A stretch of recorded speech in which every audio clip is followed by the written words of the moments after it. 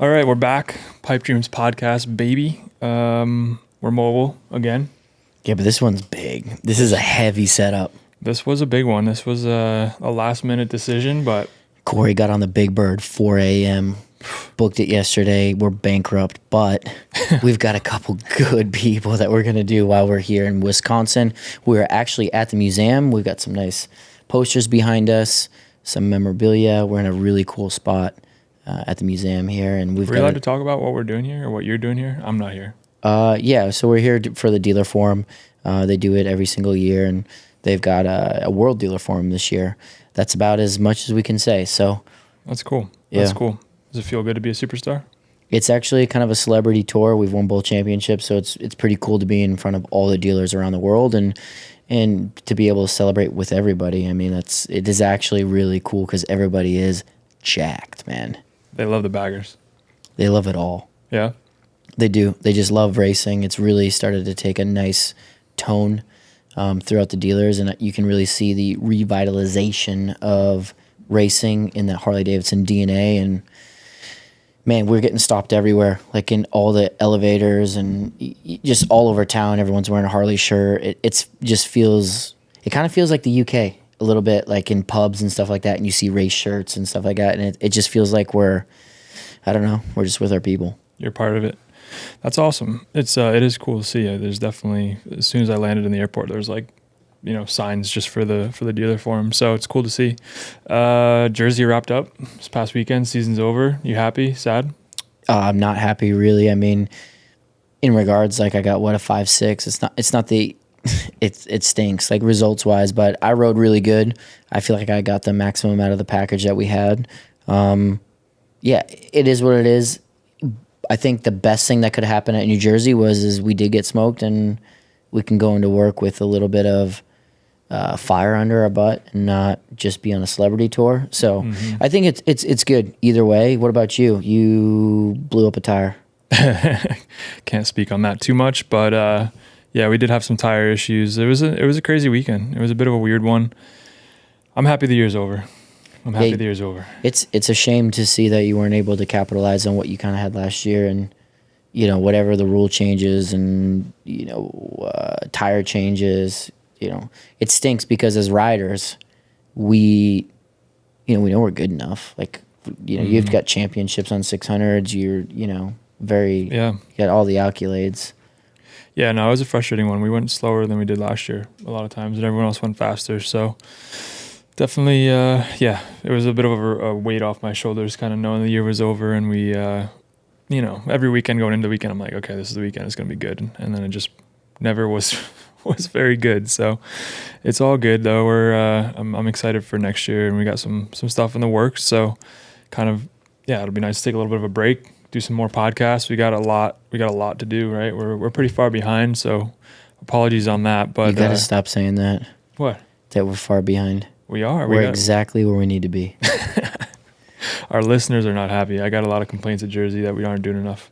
So did I. But hey, everybody that stopped us, how sick is that? And dude, tell them we got a new shirt coming, and it looks sick. Our boy Bill came through finally. We got a death row meal tee coming. Can't drop too many details on it, but it's a good one. It's a good one. Yeah. When do you think we can drop that out? I think the 15th is too soon. No, dude, pre-orders. All right, run it. October 15th, it's coming out. We'll get it up on defileodds.co, and you can head over there. I actually got some Jimmy merch left still. We got some Hog Spoli merch. Got some coffee on there still. I think we might have to do a sale here pretty soon. Some of it. I think we just get it all out. We'll start fresh for 2026 and kind of move through, but. Man, we're wasting a lot of time here. We got a guest that's just itching to jump on here.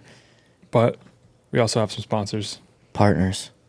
Heavy partners. Big partners. First, let's get in there always. Law Tigers, America's motorcycle lawyers. Motorcycle accident isn't something you ever anticipate, but you should always be prepared in the event of anything that does happen.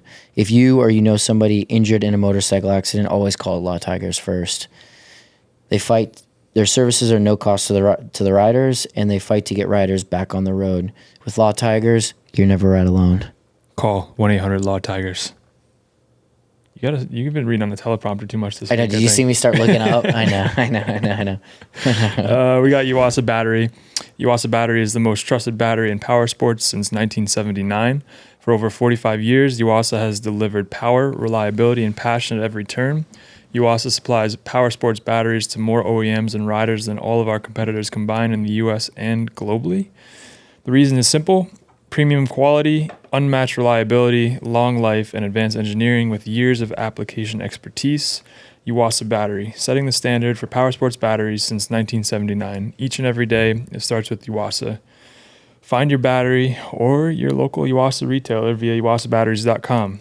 And Jimmy, we got a new one. We got a new partner. We're stoked. We've been teasing it for a little while, but we're excited about this one because, it's we got to keep this show on the road. So we got Gulf Point Advisors, a forward-thinking wealth advisory firm founded in 2016. Gulf Point Advisors is a New Orleans-based boutique investment firm led by longtime listener Tris Millard, helping clients nationwide get on track with their financial goals, whether it's investing, planning for the future, or just making smarter money decisions. Tris has been a listener to the pod for a while and reached out after hearing some of our conversation about the financial side of racing. A lot of guys have had some regrets. Some guys have made a little bit of money, and like Jimmy and I, we wish we invested a little bit sooner. And so he decided he wanted to support what we're building here and offer his expertise to you guys, our audience.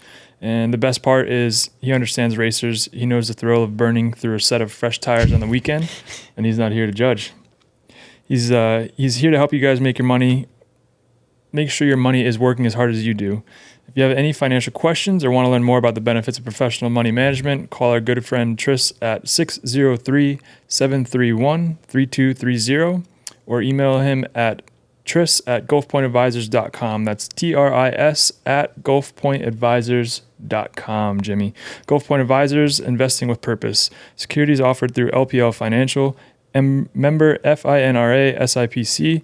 Advisory services offered through New Edge Advisors LLC, a registered investment advisor. New Edge Advisors LLC and Gulf Point Advisors are separate entities from LPL Financial. We got to read those. It's a financial disclosure, but it's we got it out of the way. Thanks to Gulf Point Advisors and Tris as well. It's it's really, really cool to have somebody that's completely out of the industry. Obviously, that's not your normal thing to be hearing on a motorcycle podcast. So it really means a lot that he jumped on board and wants to support us and support you guys, hopefully make you guys some money so we can all go race more. And continue to do the podcast. And continue to do the podcast, more importantly. Well, Jimmy, our next guest. Smithers. Bradley Smith, an ex-MotoGP, retired MotoGP rider. Most of his career in the World Championship. He's done some testing for Aprilia and BMW when Toprak won his championship. And now he is a teammate of mine on the factory Harley-Davidson King of the Baggers team that recently just won the championship. Bradley Smith, welcome to the podcast, dude. Thank you very much. I appreciate it. It was hard to sit through all that?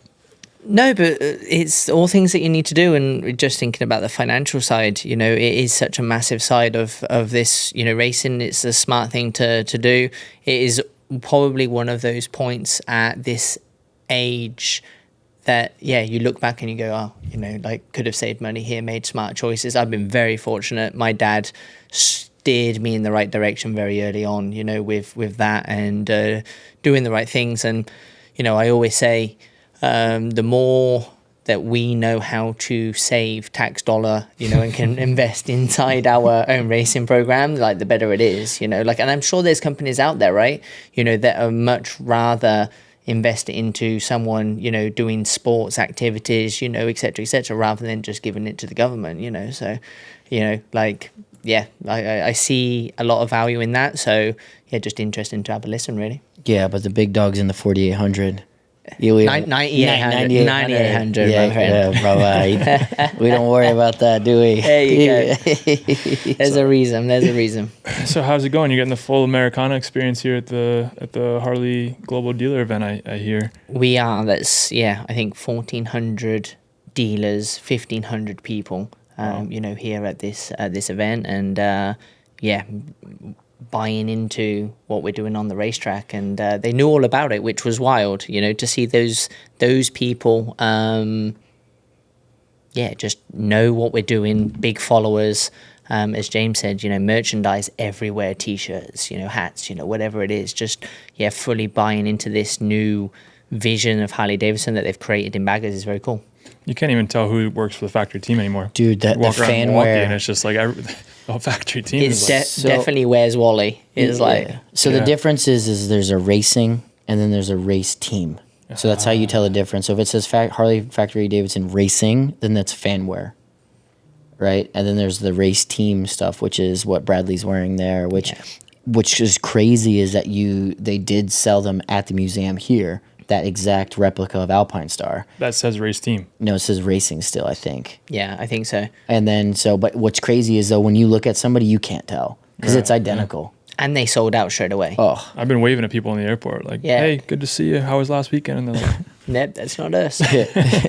they just flew in from China or Thailand or whatever. Yeah. what's it been like to, and we kind of talked about it a little bit before, but being a part of a brand like Harley, has it been much different than some of the other brands? You've been a factory rider before, so you've got a little bit of experience, but is it different? Yeah, I feel that it's different. I think by keeping Harley-Davidson inside of PDC Juno and basically having staff that work for the company and for the race team, it's kept, and they've really done a great job in keeping that connection between what they're doing within the company and from a production level to what they're doing on a racing level.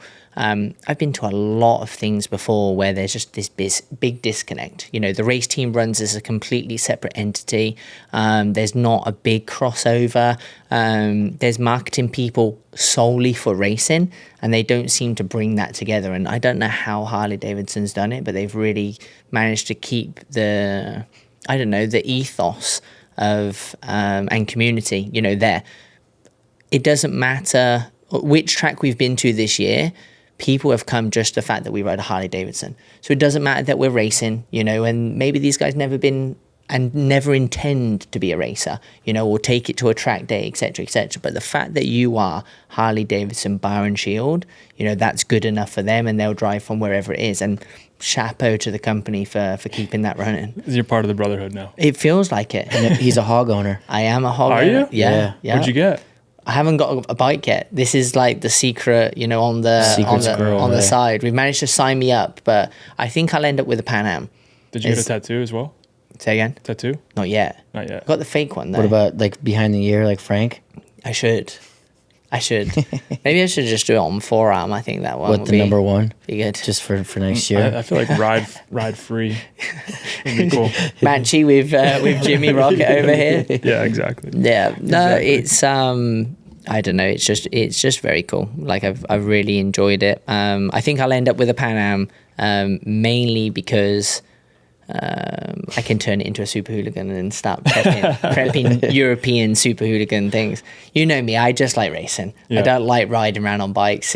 Unless it's racing and unless I can do something technical with it, it really doesn't interest me. So, How has it been adjusting to the bagger? I think from one side, from the weight side, very similar to MotoE. I mean, I don't talk in I didn't even think of that. Yeah, but I don't talk in pounds, so I talk in kilos, so forgive me. But MotoE was around 265 kilos, and I believe bagger regulation is around about the 280. So we're talking 15 kilos, 30-something pounds difference. Yeah, So 620 for people that need Speak American. pounds. Yeah, 620 for the bagger. yeah, they're speaking feet and inches. But yeah, so from a weight point of view, I've already ridden a bike that's that heavy. Great thing about the bagger, it actually has a proper wheelbase for that weight.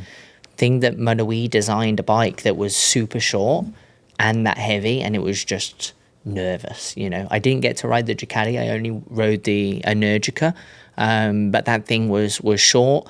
But the wheelbase of the Harley Davidson is way more friendly.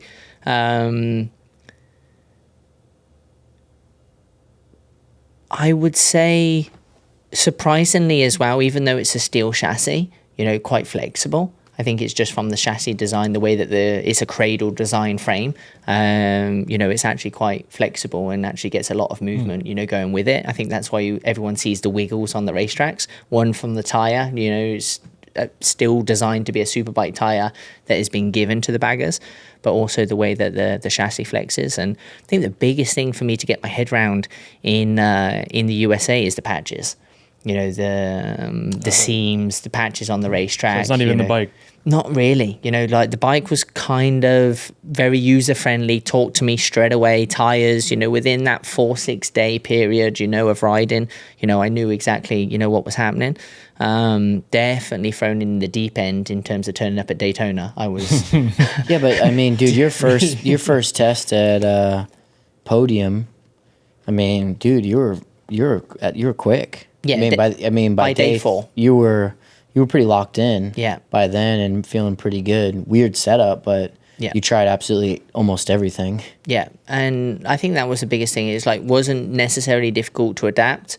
Jumping on it, as I said, it's very user friendly. Boys have done a great job over the last 5 years developing something that talks to you, because that was kind of something that I was worried about. Is looking at geometry numbers and seeing how long the wheelbase was, how far the front is away because of the design of having to use a standard road glide as your geometry.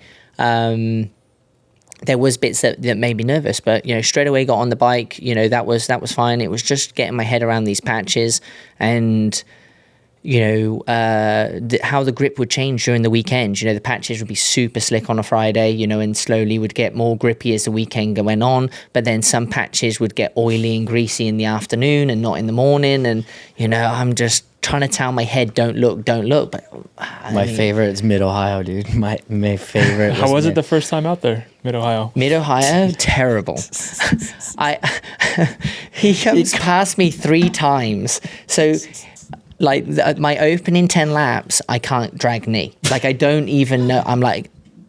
I'm convinced. Luckily, he told me, because he'd been out at 8 o'clock in the morning on the Super Hooligan. He's like, it's slick. And I'm like, but how slick are we talking? He's like no knee drag slick. Like Argentina slick. Yeah. That's what I... Way worse than Argentina. Promise. Like double worse than Argentina. Couldn't drag knee. And this guy comes past me, rolls off, lets me go by, and then decides to roll back past me again. And in the end, I'm like waving him away. I'm like, just leave me alone. Like I'm on He's clearly. bullying you out there. Yeah. And then Jake Lewis all season long as well, guaranteed he'd roll out behind me, FP1, and just blitz past me for the opening 4 laps and just look behind me, just like, there you go. That's how you need to ride early on. And there's me just like trying to figure out where the tracks go, etc. But it got better as the season went on. But yeah, I wasn't prepared for the lack of traction, at certain American tracks. And I think that shows in terms of results. The one place that there was amazing grip was Road America, and I was in the hunt. There was no patches there. Everything for now. Yeah, exactly. But the track was like a lot more like home, and I was able to adapt to that fairly quickly. So I'm glad I signed a 2-year contract. I knew first season was going to be difficult. Just learning everything that there is to learn inside of baggers and racing over here in the US. So now that I've kind of got my homework season out of the way, be ready for year 2. You were saying the story about showing up to Daytona. You kind of thought you were feeling real confident.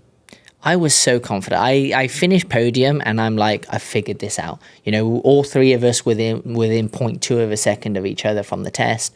And I was just like, yeah, I know exactly where these tires are. I know where I'm at. I tried the 3, the 5, the 7. It didn't matter what I put in. I was good.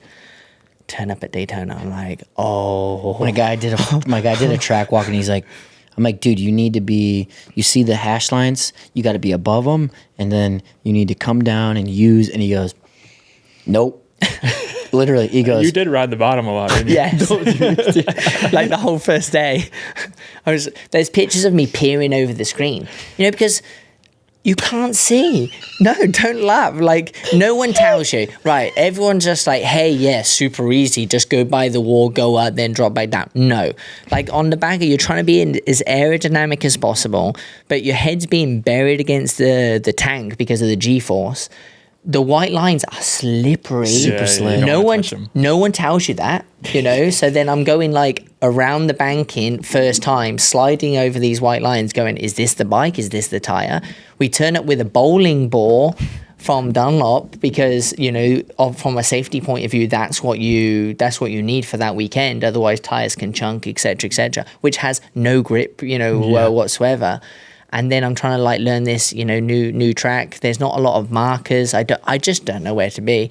And I remember the AMA official came up to me after the session. He's like, hey, you know, is there any problem with your bike? And I'm like, no, what's up? He said, no, it was just you were really, really slow and you were off track like 2 times per lap. And we just figured, you know, maybe there was something up with it. I was like, no, that's up with me.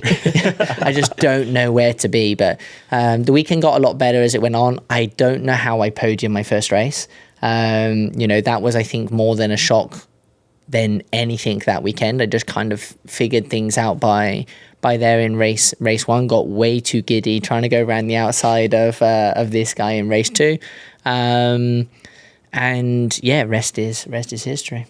So let's wind back a little bit on like how did it come about, and what was the biggest thing you were nervous about? Because I remember texting with you, and you know, some of the comments, hey man, like, is this going to be fun or is this going to be like a shitty deal for me? Yeah, and that was really important to me in terms of I had not ridden since 2020, not necessarily out of 100% choice, but ultimately I wanted to do things that were fun. You know, ride a bike that I knew was fun to ride. You know, I brought a MotoE. You know, it was a Calex with a Triumph engine, you know, in 2021 out of my own money. You know, that bike's a 75 grand bike, but I brought it because I knew it was going to be amazing. And it was scary when you crashed it because I was always like petrified that, you know, you're going to crash massive. And, you know, in the end, that's the reason why I sold it. But I just did anything that I could that was going to be fun. Went and rode with friends. You know, it didn't matter if it was on a Yamaha R3, you know, or on a BMW 1000. You know, just went and did things that were fun. And I just got picked up back end of, which years we're talking now? Back end of 2023, BMW called me. Hey, we've just signed Toprak.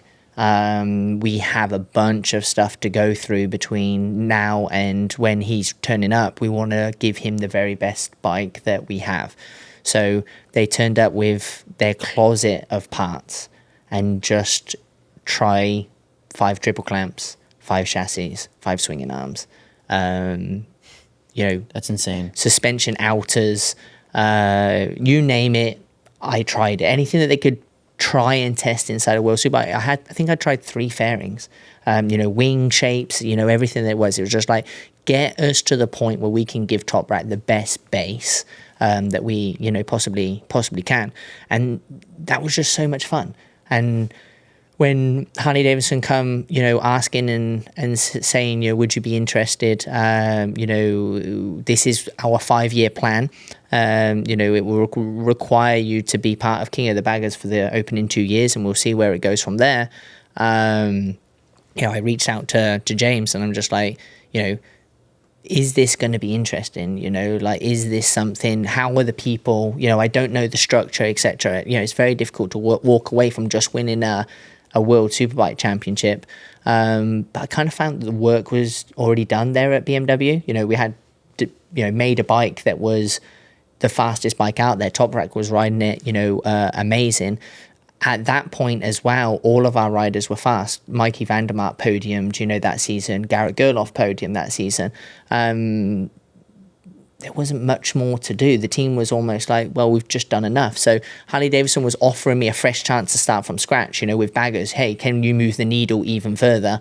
You know, we're fighting against our rivals, Indian here. We really need to find the next steps. Carl Wyman's our guy. James is not far behind, and do you think that you can make a differce? And I think looking at the results this year, pleasantly surprised with the difference that was able to make by all three of us working together. And has been surprisingly fun. Like, our lap times are there. We're not far off of you boys there in Supersport. Superbike is a little bit further away, but we're also riding ancient bikes. Yeah, there's only 1.5 off at Jersey, right? Yeah, which is wild. Seconds. Yeah, considering also that we're riding like a stiffer tire. You guys are on the 4. We know that that's worth a second to us. Yeah. So then we start sniffing around. Supersport lap times, and I don't think the TV always necessarily shows how fast we're going. But the lap time definitely doesn't lie. Yeah. But so did you have any? Right. So you've been out of competition for 3-4 years, right? Yeah. Technically. Yeah, 2020. So what was were you nervous about coming back to compete and not just be, a development guy behind the scenes, and kind of like you're getting on the grid again, and you're getting it in America. You're not in a world championship. You talked about the tracks. I mean, this isn't a world championship, right? They do an amazing job, but everything's not FIM and this, that, and the other. Like, this is going to be a pretty big culture shock when you kind of from racing the highest level. Were you nervous at all? Yes. I was very happy working in the background. I'd settled into that role from 2018, which was my last real competitive season inside of GP with KTM. I moved into test role there at Aprilia in 2019, sorry. And then I was supposed to be testing in 2020, got called up last minute to replace Andrea Iannone there. So did the season. No one really remembers it because it was during COVID. It was a bit of a strange year. And then, I didn't do anything then from 2020 onwards. And I was just happy working in the background, doing those long days, starting 8:30, 9 o'clock in the morning, out on track until 5, 6 o'clock at night, 100 laps a day, going to bed destroyed, starting the next day, ready to go again. I just really found my place in that. I kind of accepted that I was no longer in a space where I was willing to throw down as hard as what you needed to be inside of MotoGP, inside of World Superbike.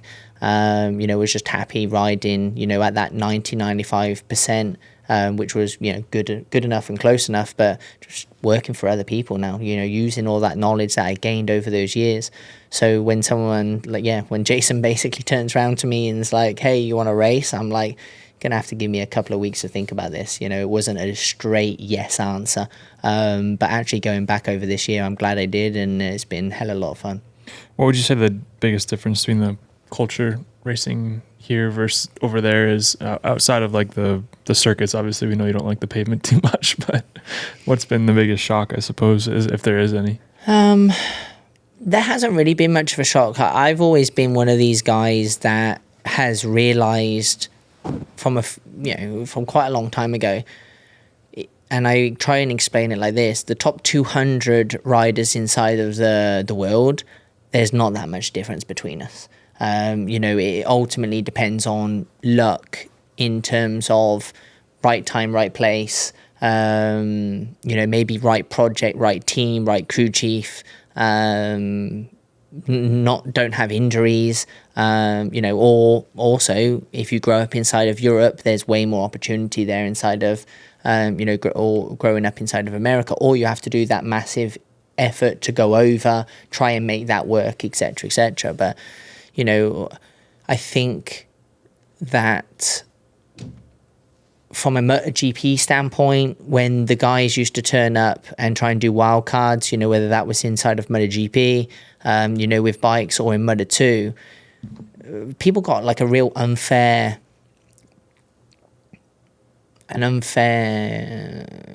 rap or an unfair choice or go on things, because you just can't. It's clear from this, from today's day and age, you can't just turn up on a bike that you've never seen, on tires that you don't know, on a track, that you've got no experience on, and normally in the middle of a season that everyone's up to speed, etc., etc.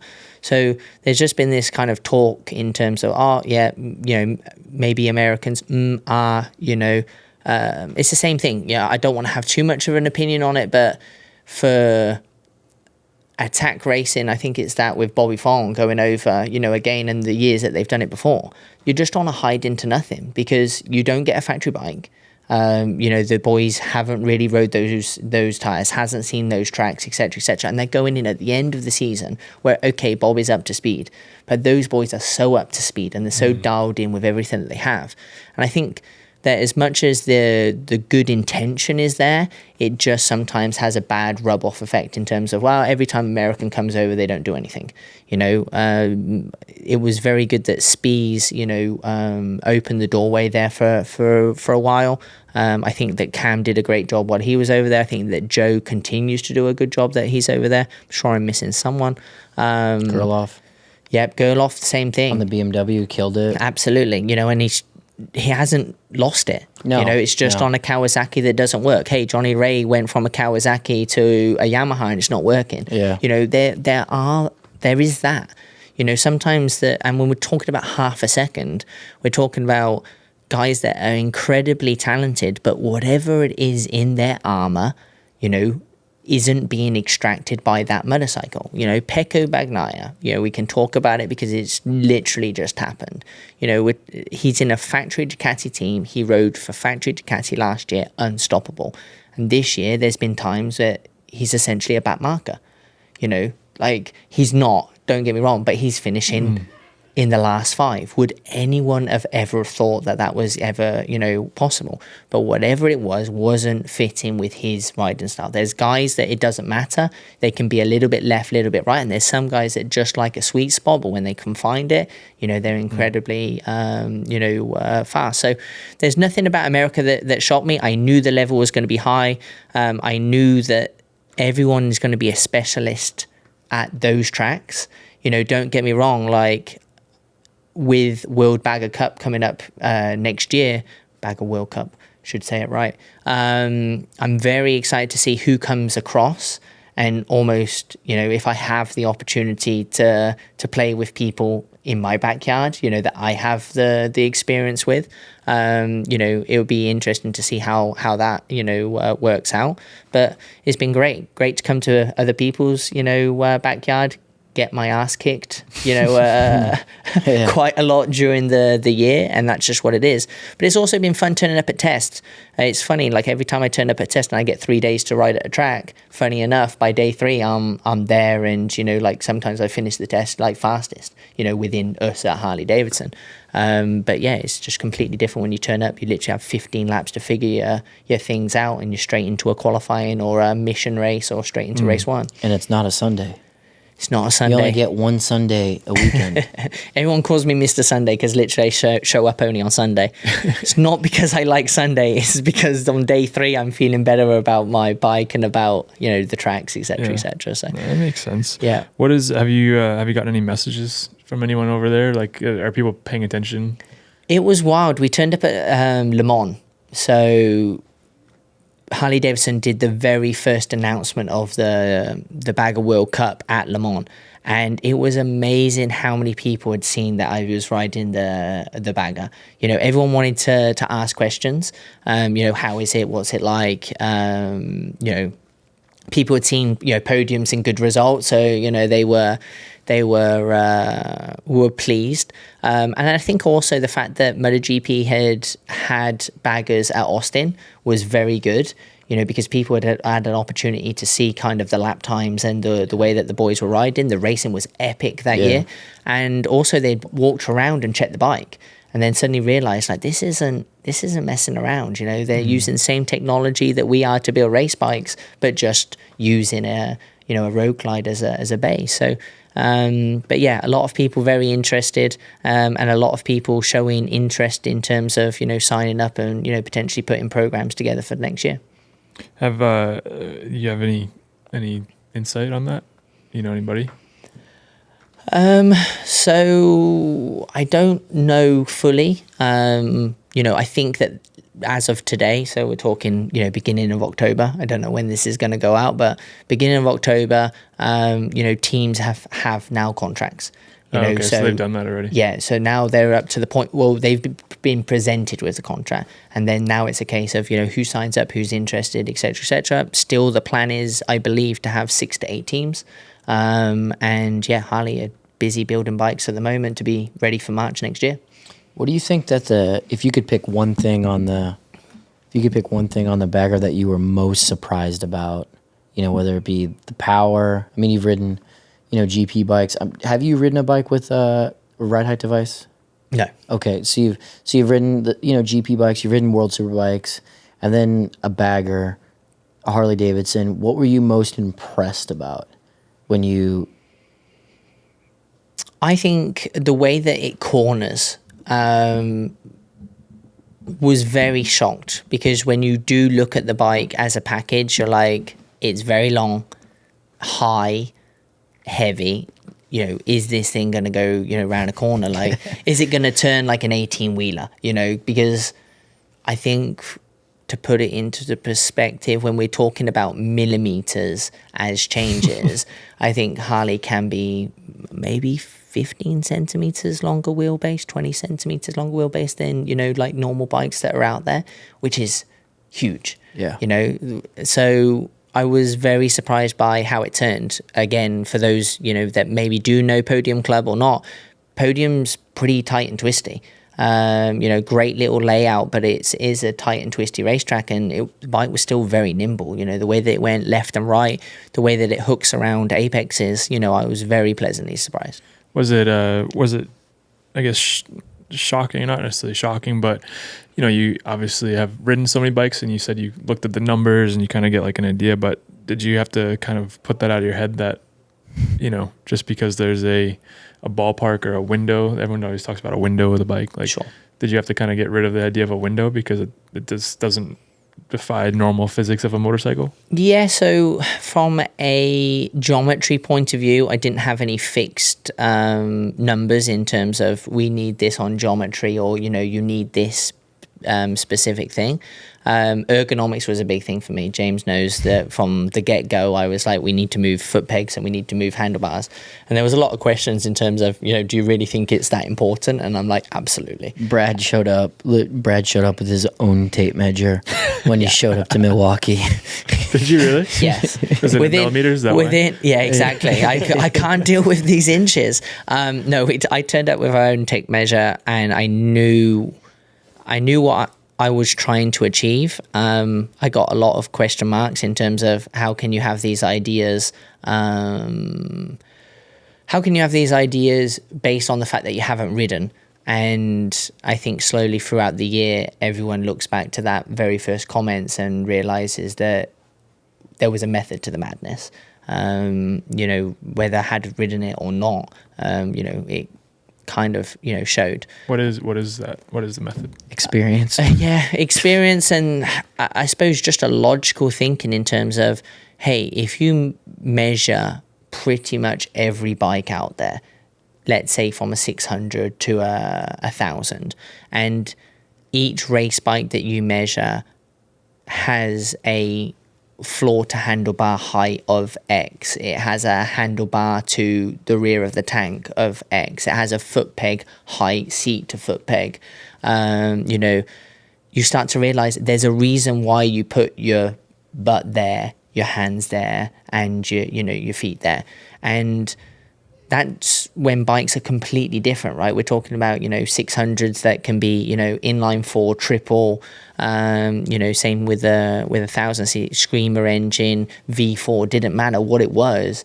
Everyone's hands, and sizes are in the same place because the rider needs to feel a certain thing. It needs to be positioned in a certain way.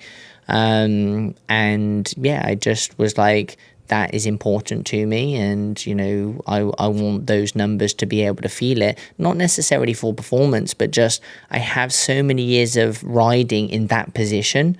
It's like all of my data login of my brain wants to be in that position, and once I'm in that position, I can tell you if the bike's high, low, far, if it's stiff, if it's soft, that's. Yeah, that was, I was adamant about it, and I pushed, and Harley delivered, so it was good. Did you guys all adopt that? I have adopted Some of it, yeah. I mean, it's at the end of the day, Bradley still rides in a unique way. We all do, right? Kyle rides in a unique way, and so do I. I mean, everybody can see I've a completely different seat height and things of that nature, and but there are a lot of similarities that I would say me and Brad do align on as far as the way we ride. We do things on the motorcycle quite similar, even we look a lot different, right? We do a lot of the things, and a lot of the trends move in the same direction between me and Brad, and I think we have the same ideology behind it, right? I think we think about things in the same way, so yeah, I would say that we've adopted quite a bit. I mean, but sometimes it's a bit too heavy for me, and sometimes the thinking behind in my head I don't quite understand, so that it doesn't light bulb, right? And something actually we learned over the weekend at New Jersey is something that I've been struggling with pretty much my whole 2 years. And we learned it at New Jersey, and it's something that I was like, holy crap, like I get it. Like I fully understand now what we're doing in these areas of the motorcycle with geometry and things of that nature. And you have to go through your own experiences, and I think that's one of the big things that Bradley does bring is a wealth of knowledge that, we talk about all the time. When you don't know, you just don't know.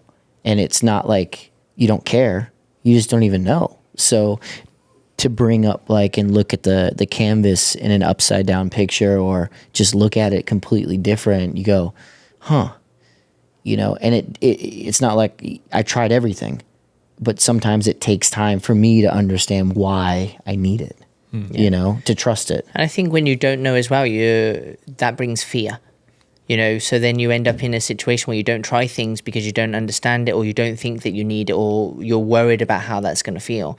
And by being involved in the world that I've been in, I've been put on bikes, that I would have never have considered to try these type of things. But your job is to go out there and just give feedback. So then you're not scared of, hey, I'm going to do this. Yeah, but why? Because I can feel X, Y, and Z. Yeah, but you're not worried that that's too big of a change. Well, I'm going to figure it out. It's either going to be too big or it's not going to be enough. And that's one of the interesting things as well, is there's certain bikes that certain changes have a massive effect. And there's also certain bikes that you change, sometimes a centimeter, which maybe doesn't sound much to the fans, but a centimeter is huge. When we talk small, we talk 1 or 2 mil. When we talk big, if you're talking +5, it's normally a massive change. But then there's some bikes that are just not sensitive to that. So it's, sometimes you just have to walk out of the comfort area, and sometimes you find nothing, but sometimes you do. What would you say the biggest change on the bagger for you was compared to what they had? Was there something that... Well, I turned up, and I don't think it's really, it doesn't need to be any secrets. I was adamant on auto blip. We turned up. It was something that other teams, have available to them, other manufacturers have available to them, and it wasn't necessarily on the top of the priority list, but that was number one for me. Just trying to ride the bike using the clutch, trying to... Guy got spoiled in MotoGP. Yeah, absolutely. This guy, dude, shows up a podium. What's this do? This guy's like, dude, I can't move my arm, dude. What what am I doing? We have to stop. Yeah, this needs to stop straight away. So that was one thing that James got tasked with his crew over there from the development side, as number one priority. And the strange thing was, it was almost because we could ride without it, and people had found, ways to get around that, which of course you can as a rider, then it was, everyone had forgot what it's like to have no compromise. And as soon as, it took a while to build, and it's, a lot of work from James and his guys, and some scary moments, because when you're trying electronic stuff, things can go wrong. But just, relentless drive to try and figure it out. And I really honestly believe that with that, and some of the work that we did with our partners STM on the slipper clutch, those two things go hand in hand. I really feel that, we moved the needle on that, and that's what, was able to be the biggest thing that helped us win the championship this year. That's interesting. So you guys didn't have auto blip till this year? Yeah. So what's crazy is in 2023, I tested it with Vance and Hines. And it was something that we knew, like we believed it worked, but we destroyed a transmission almost immediately. So it got back burner because in 2023, Vance and Hines, we didn't quite have the parts, budget and things of that nature. And we were very, cognizant of having certain transmissions for the rest of the year. So I knew it was available.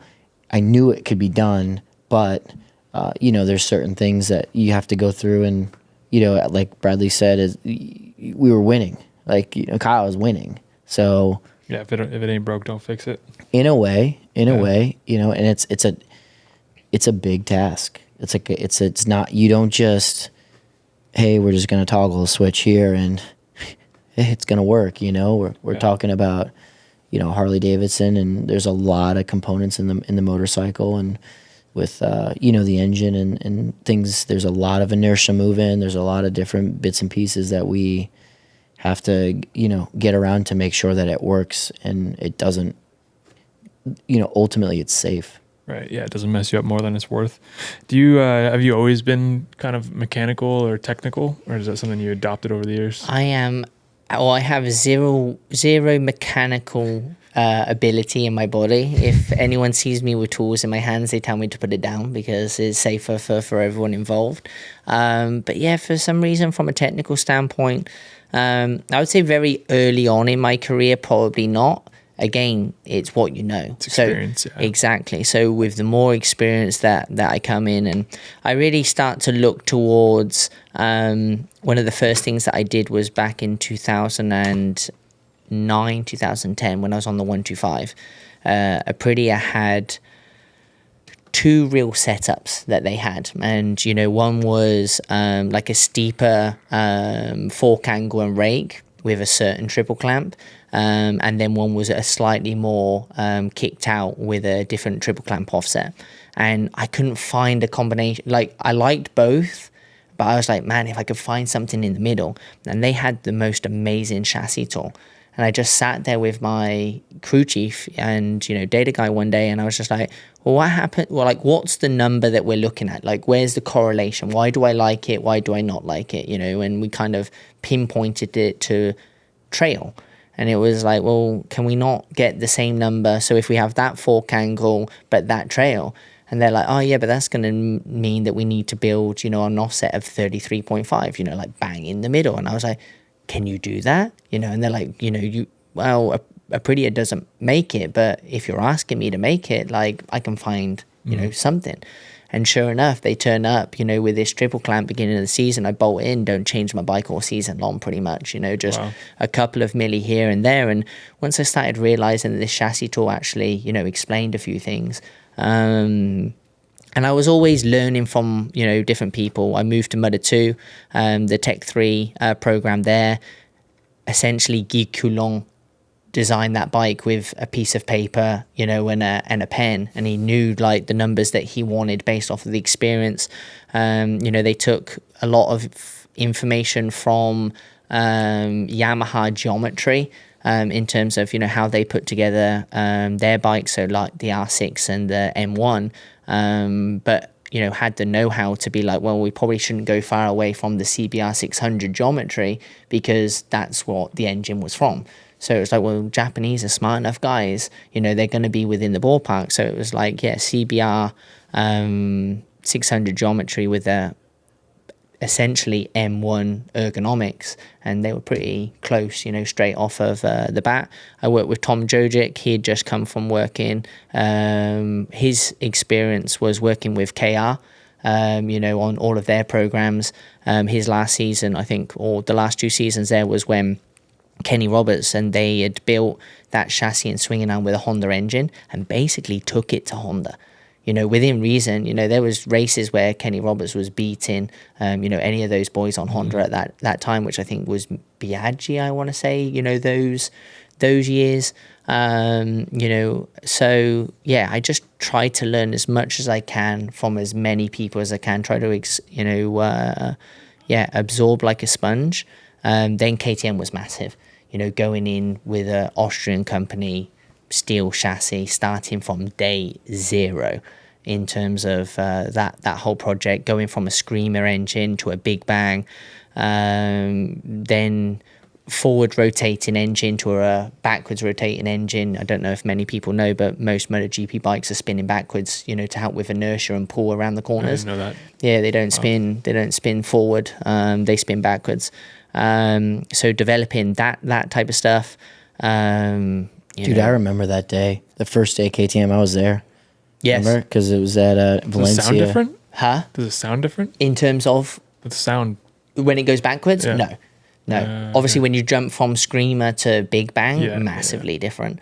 But yeah, and then working with, steel frame, trying to figure out what stiffness you need where, KTM didn't really have any idea of how low I think that stiffnesses were going.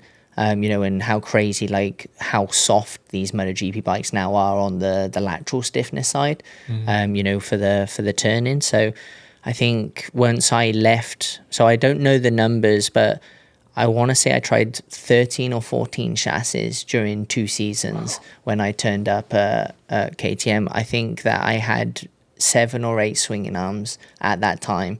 There was definitely 4 or 5 different diameter front forks, different rear shocks, just to, just to say numbers. But then even when I left in the end of 2018 and they started at the beginning of 2019, the new chassis in 2019, I think was at like half the stiffness of what we had been riding, just because, they were getting their head around like to go, softer and softer. And once we got the engine sorted, then you can work on, frames, etc., etc. Like, because you really knew what was going on with the bikes. How do you not get lost? Yeah, but before we go to that, I remember this first day, and I need you to really get these people grasp on what it's like a day one project on a motorcycle that has not existed before. Because I showed up, and I was at that time pretty comfortable with the team. Because I was with Brad and, we had spoke with him before, and, there was people from Texas Tornado that went there. And so like, sure, I knew a few people on the team already.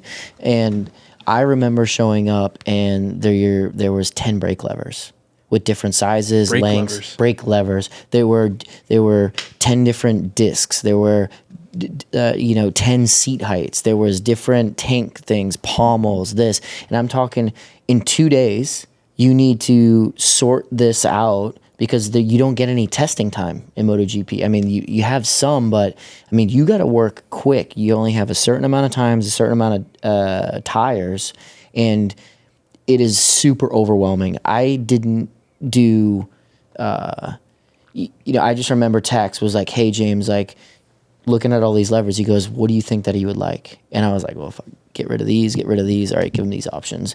I mean, it was just crazy enough to just at a level of, I didn't even, wasn't riding the bike, and I was overwhelmed of like, holy shit, you've got to make a lot of decisions so quick, so early on, and you just came off a Yamaha for X amount of years, and then it's now like game time. Just kind of tell people like, it is, I mean, I was overwhelmed for you. Yeah. And you really don't know where to start. And I think the thing is that that's what James is explaining is exactly right. And I think this is why people try not to move manufacturers and they're scared to go away, because you do have to start from zero. I think we only have to look at Jorge Martin, this year, that transition, with as soon as he got injured, he's on the back foot. Now, Bezzecchi has been there every test session, and he's been able to build, and he's been able to build into, podium finisher, inside a GP with the Aprilia. So it shows that it's capable of doing it. And no doubt Jorge Martin will get there as well. But we've also seen Jorge Martin still playing with rider position, like, at this point in the season, because he's still trying to figure it out. Yeah. And this is the thing, is like, you have to kind of learn as you go, and you're trying to get like the best thing in terms of just, right, I need to first and foremost feel comfortable. That's already a hard thing, because you've been riding a bike that has been completely different, behaves completely different, etc., etc. And then, yeah, you I'd been in a satellite team where I'd been begging for this opportunity in terms of, I'd love to have this option and that option and, like these endless resources. And then suddenly they're given to you and you're like, actually, I don't want all these choices. Like, it would be way better if you gave me like 2 options of each and then I can make a decision from there. But when you're searching for those final tenths further on, you're very grateful for like the fact that they can literally build you a chassis in 7 days and bring it to the racetrack, and they're not afraid to throw it out there. Or like KTM at that point, they were willing to, our boss, Mr. Stefan Piera, decided to buy more shares of Pankel, who was making our gearboxes, and they make Formula One parts. He brought more shares so he could basically shut down a production line to basically move our stuff to the top, get it made, and then that was when we got the reverse spinning engine. And it's just wild that that is what it takes, but that is what it takes. So yeah, very, very, very overwhelming. We were turned up many times with different chassis, and you're basically on a Friday trying to decide which one you're going to run for the rest of the season, etc. So KTM was very, very different, but like I said, like the main turning point at KTM was when you get the engine. If you get engine and power sorted, then everything else falls into place. If that's not sorted as a base, you just find yourself, catching up. And it was the same story when I went to Aprilia. We spent a lot of time on inertia there, making the crank, heavier and heavier, or flywheel heavier and heavier, to the point where it was, user friendly. Once it's user friendly, then you can work on everything else. But those things have more than 300 horsepower now, and I think people don't realize what it's like to ride 300 horsepower with a little over 340 pound motorcycles. They're just absolute weapons, and you're just trying to find the best way of being able to put power to the ground but also make it user friendly. Riding those bikes like they do for 45 minutes is hard. Riding a bagger for 9 laps feels hard at the minute, but riding those bikes for 40 minutes where you're expected to ride around within 0.5 of a second, every single lap with all those buttons, those lowering devices, etc. You're trying to make the fastest but yet most user-friendly vehicle that you possibly can. And that's why you need all of those options. But when you basically, that pressure is put on your shoulders to just steer the project left or right, that's when you're suddenly like, I need to put my balls on the table here and really be convinced of my decision here and not lead this team down the garden path for the next 3 races, because we lose time, we lose money, and we lose direction. Has that been the case ever? Oh, absolutely. Yeah. I tried to make my KTM feel like Yamaha in 2017. I was straight up. I was like, if I can make it feel like a Yamaha, I'm going to go fast. And the light bulb moment for me was in Austria, 2017, team's home race. And I just remember my team had given me this sensation that I was looking for. And I went around the track and I was like, I feel like I did, and I was still slow. It just didn't work. You couldn't make it feel the way that you wanted. And I just remember from that moment, I was like, guys, I'm basically going to ride pole setting, and I'll figure out how I need to ride it. But that's clearly the fastest way right now, because Mika Kallio was riding something similar to pole, and it was me that was kind of far left trying to look for this, Yamaha feeling. And in the end, I was just like, right, give me what they had. I'm going to figure it out how to ride it, and then maybe move a little bit from there, moving forward. So some bikes, just have this DNA. But yeah, it's very difficult. My first ever time in the factory team, working in a direction and then having to basically turn around when I got beaten by my teammate and the test rider to be like, I've been searching for this feeling and I've taken you guys down, this path, and it's just not working. I need to start from a, clean slate again. And, basically everything that I've, tried to find doesn't work here, which why ultimately I start to realize that, and why I've done it this year with Harley-Davidson. I basically looked at the fastest guy on that bike, which was, Kyle.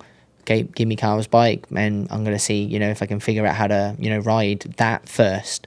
And once I can get that, and I can figure out how to ride that, then I can see and start to branch off, how to make that faster. Problem is when you branch off, it takes a while to figure out what that next step is. Doesn't mean that it's not out there, it just takes a while. How much is a crew chief kind of acting as a bumper in that case? Like, are they listening to everything you're saying, or are they going to somebody? Like, are you just, is that your own will? Or, because you always hear, like, when you go to Europe, it's like they give you the settings and you've got to kind of, that's your box, and you kind of have to live in that box. Is it not that way once you get to the factory? It's kind of those boxes go away? When I was at Yamaha, there was a box, and I was told it's basically 3 mil forward and back, maybe 5 mil up and down, and swinging arm maybe 8 mil, back and forward. They knew what their box was. When I was at Yamaha, I felt like geometry was something that was still kind of old school. The seat was very high, handlebars are were very low, and I constantly had this feeling like we were too rotated. There was no weight going through my butt when I braked, like, especially with those carbon brakes, etc., it just felt like this, super rotation, towards the front, which was great for turning, because as soon as you got off the brake, the bike was turning, but we were slowly getting worse and worse in braking, and people were, getting better and better. And I was watching other manufacturers, Ducati especially, but also Honda with Mark, slowly like rotating, so going lower with the seat, higher and higher with the handlebars, almost making the bike a little bit, not supermoto, but you saw very upright positions, on the brakes there. And but yeah, that was a non-negotiable, and it still looks like it's a non-negotiable. Now when I look at Fabio Quartararo, I'm pretty sure like if I take the numbers, get my tape measure out inside a factory Yamaha, I still believe that, those numbers won't be far away. So a lot of it depends on team, and rider, but we're talking about the best engineers in the world. They developed and they designed that number for a reason. It's probably within that box. There's very few that can rewrite it. Although, if we look at KTM and you listen to what KTM's saying at the moment, they have riders that have gone off in different ways. Like, Maverick Vinales went off on a very different direction, than what Pedro Acosta was asking for, and stumbled across something, the way that he come out at Qatar, opening round of the season, and the way that he was, podiuming, or at least, top KTM for a long time when they were struggling.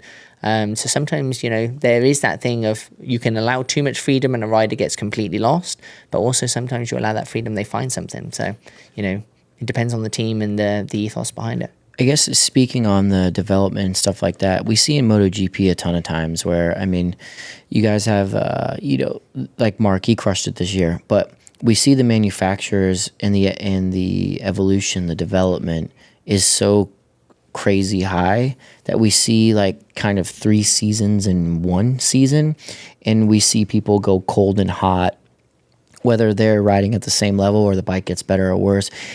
Talk on how quickly a team can lose, being like, if you're on the podium, like we saw Vinales, right? All right, he got hurt, but he was like there, and then KTM goes to 2 races and they're like the last 3. Like what is going on development wise? How quick are they bringing stuff in? Is it that big of a needle mover? I think a lot depends on the base that you start the season with. Is Ducati bringing a lot of new parts, etc., at the moment? I don't think so. Why? And why don't other people catch up? And I think they have made smart choices the last few years not to change ultimately too much. They're restricted with the regulations. But they've had a bike that works at every single racetrack for the last 3 years, and across a numerous amount of riders.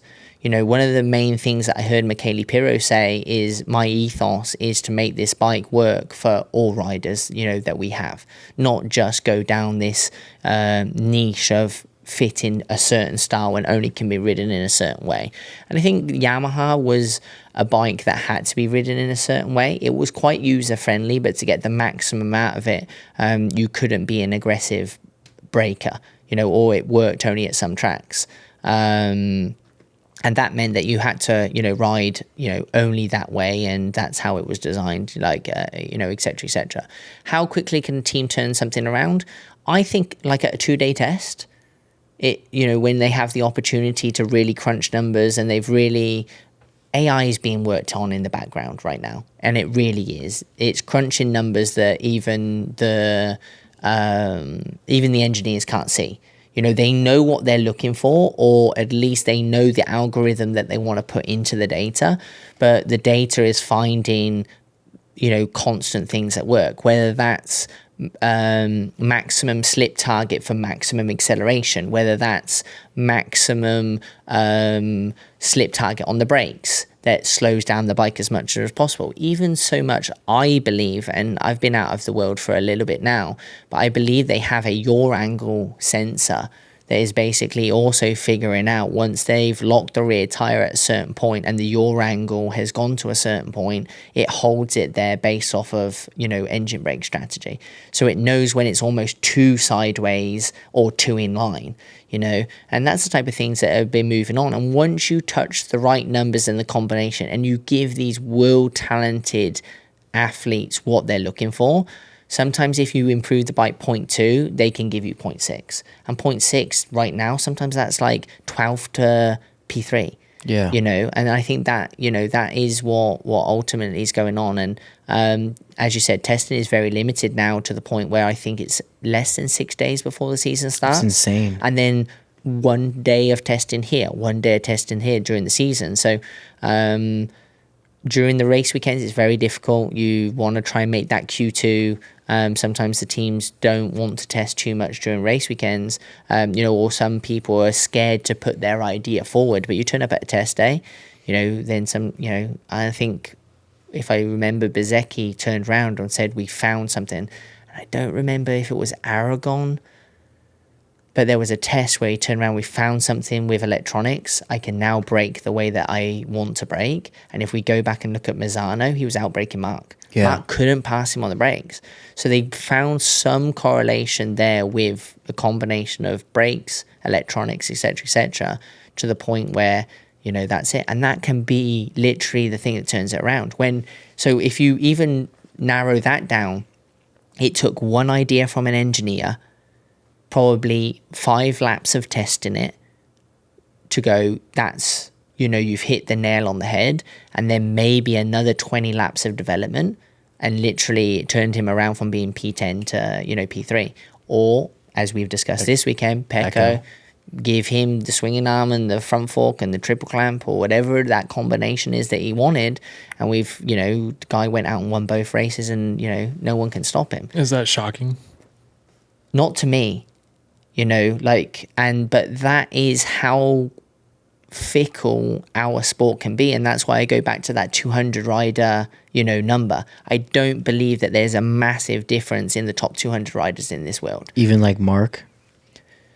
I mean, there's got to be some super talents. Like there are exceptions. There is, because there's also Toprak, and I do believe you can give him a Kawasaki, a Yamaha, and a BMW, and the guy figures out how to ride it. There's some people that have this knack of adjusting or riding around issues, or can ride through problems, and there are super talents, don't get me wrong, but also Mark couldn't make that difference between a Gresini Ducati and a factory Ducati last year. There were moments, of course there was, but he was still the best guy on that GP23, I think is what it was called, compared to everyone else. But he still wasn't able to make that difference.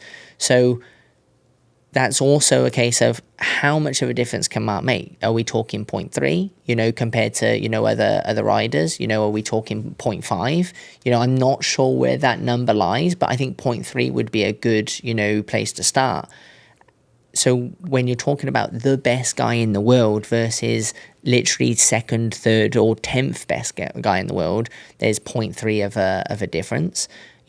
Again, we're talking really, really, really small margins. And when we talk about I kind of just want to stay on that. We see MotoGP is like the pinnacle. Everybody, they're like, in my eyes, and I don't know, like you're told to push until you crash. Essentially, we see some people crashing a lot. There's only 2 trucks. Where the fuck they put all the parts, dude?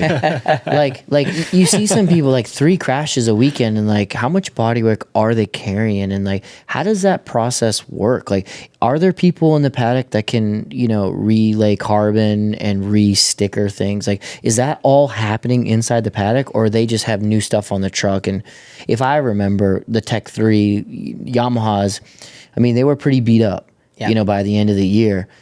And I saw the Grassini bike of Mark's was pretty beat up. And then I look at the factory stuff in there. Pristine. How much stuff are they carrying? And how does that, you know, I think there's a lot of people that would love to know, like, how the fuck did they do it? Yeah. So my memory, excuse me, my memory doesn't serve me that great. And I don't want to misspeak. But 20 tons. Or 25 tons of stuff normally goes around with one factory team, you know, and that's when I was, you know, involved with it. Like, how many bikes is that in parts, you think? So I would say that, well, I always had 2 bikes. My teammate always had 2, and I would say that we had all the parts to probably make another 2 between us. Full bikes, if you needed. Yes. So you're saying 55,000 pounds? Yeah, like 20,000 tons, 20 tons, 25 tons. 25 tons is 55,000 pounds worth of equipment. Which is why, you know, air freight and, you know, why they're taking those massive jumbos, like, et cetera, like it takes that amount of stuff to take around. Now, the wild thing is that when we were at KTM, imagine we took all of our old development parts as well, because we weren't sure, like, whether we'd need to go back to something that we did. So, you know, like, there were times that we were taking it even more than that, like, because we never knew if you wanted to go back to an old version, you know, of front fork swinging arm. Yeah.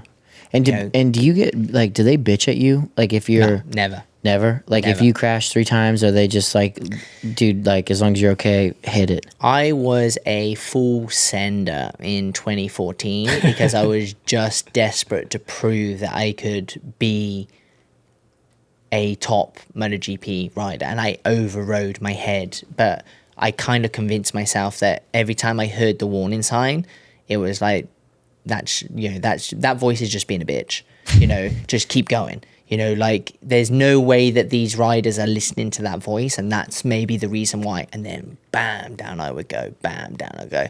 And there was never one time that really, you know, they turned around and was like, you know, this needs to stop. We had a rent or a loan rent, you know, program with Yamaha, and ultimately everything was included in that package. I think if Hervé had been paying that directly, you know, maybe he had a word inside my ear, but he had already paid it, and, you know, that was on the Japanese.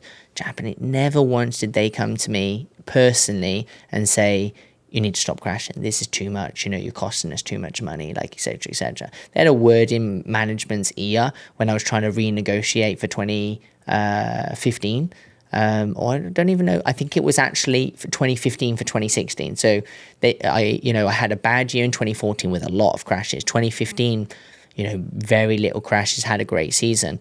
But obviously I had a great season, finished P5. So then suddenly I was like, hey, you know, like, can you find some more, you know, money, you know, to bump my 2016 contract? And we're still paying it off. Pretty much, like, you know, I was asking, you know, maybe for 50 grand, you know, increase. And they're like, yeah, we're still paying off the 1.5 mil that you cost us in crash damage last year. So it's insane. You know, but they never brought it up to me. Like, I heard it secondhand, but they would have never have said that, you know, to me directly.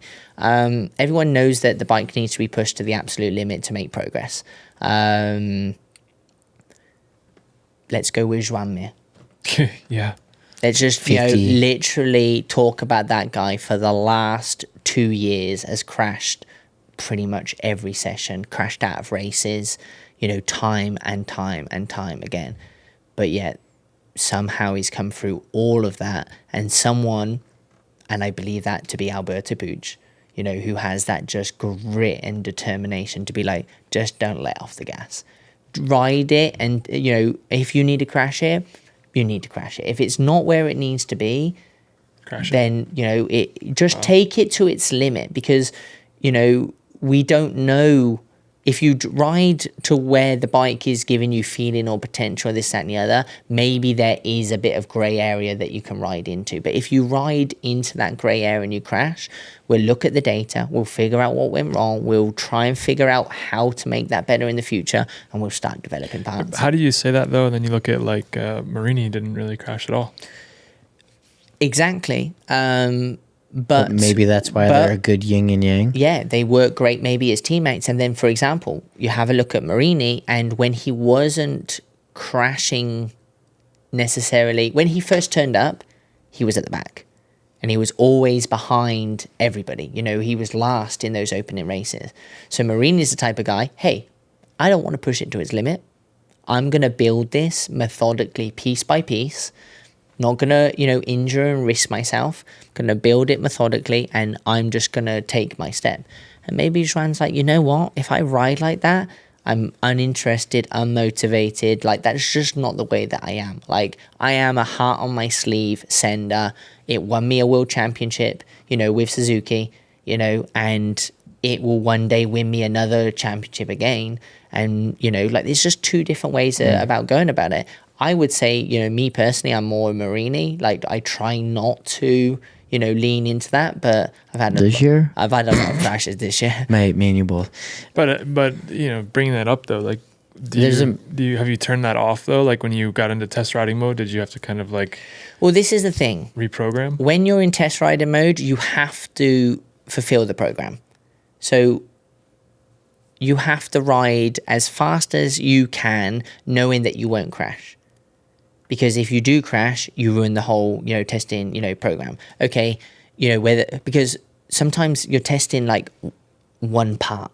Yeah, only one that exists. Exactly. So you can't, because your plan is to use that one part, especially if it's a needle mover. You need to use that part for the rest of the 3 days. So you're trying to find that balance. You have to push it to be able to take it to the limit, but not too much that that you go over. The problem is when you get into that routine. Sometimes then when you try and come back and race, you don't have that extra spark and that extra, jump it, et cetera, et cetera. And, when we're talking about 0.5 being sometimes the difference, well, in baggers at the weekend, I think it was 0.5 separated, the first 3 rows or something like that, So you have to encourage people to, to push the envelope, otherwise, but you don't want someone crashing all the time. So yeah, I think it's a difficult one to find out. Is that a European mentality or a world mentality? Where does that come from? Like, because, and have you felt that in America? Not really with our team. Maybe certain times when it's just, egregious, and morning warm up, stuff like that. But like, we've always kind of felt like that. And in America, it's been, crashing's an issue. Like, people don't like it. But like Europe. Hey, listen, any national championship has the same vibe. Yeah. Budget is tight, and people have to take care of that budget. It is very, very tough to find the money, as I'm sure many people have talked about.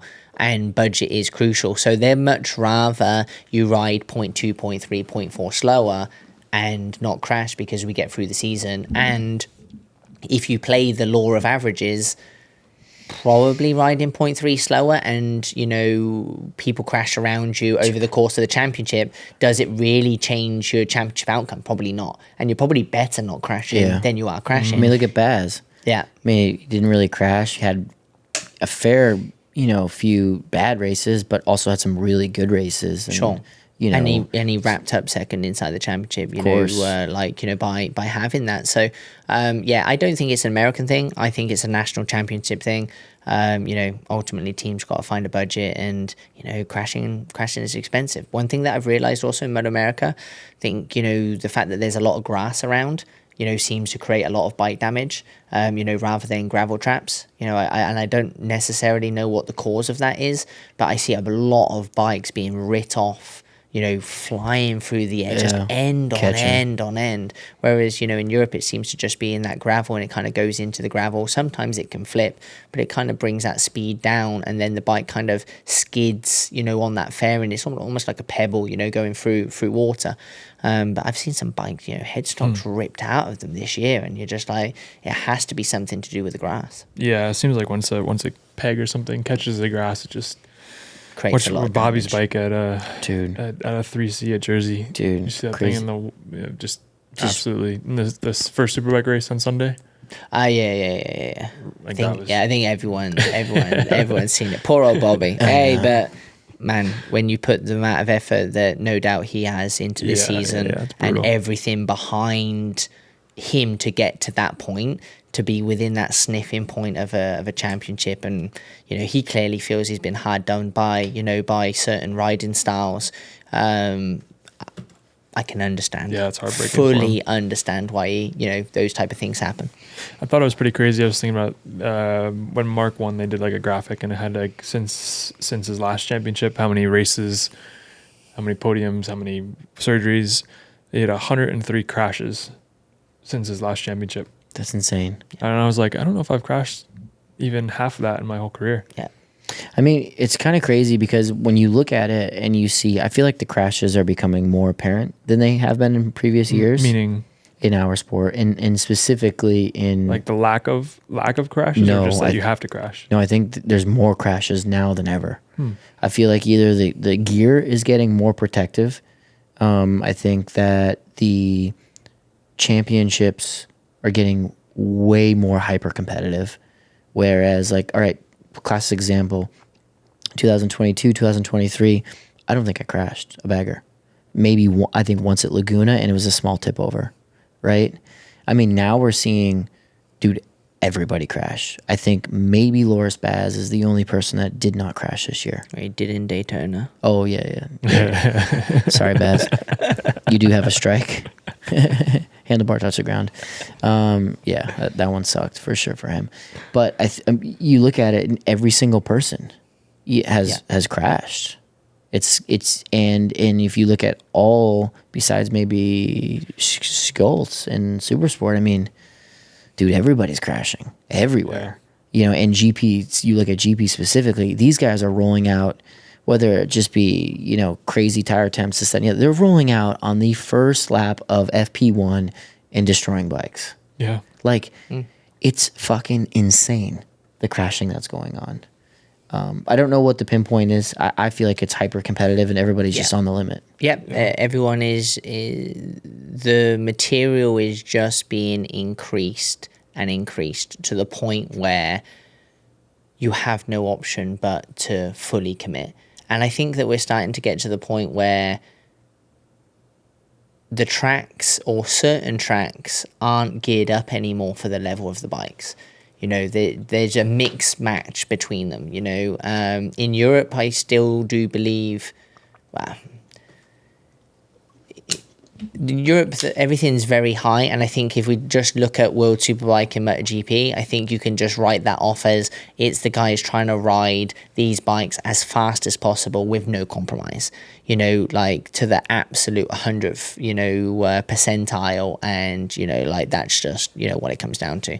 In type of national championships, start looking at BSB, they are they're not factory bikes, but they're A kit, Dude, it's one step down, from a factory motorcycle. And essentially at some tracks you're riding around what looks like a go-kart track or a car park. Yeah, their tracks are insane. They haven't been, resurfaced for, a certain amount of years, et cetera, et cetera. And there's just a mismatch between this bike can go this speed, but this track kind of has a limit to it. But the riders are just willing to kind of block that out and just like, well, I'm a sender and, I'm gonna do it. Crazy. No. Well, it's a good time for our Law Tigers tech tip since we've been talking about technical stuff for quite a while.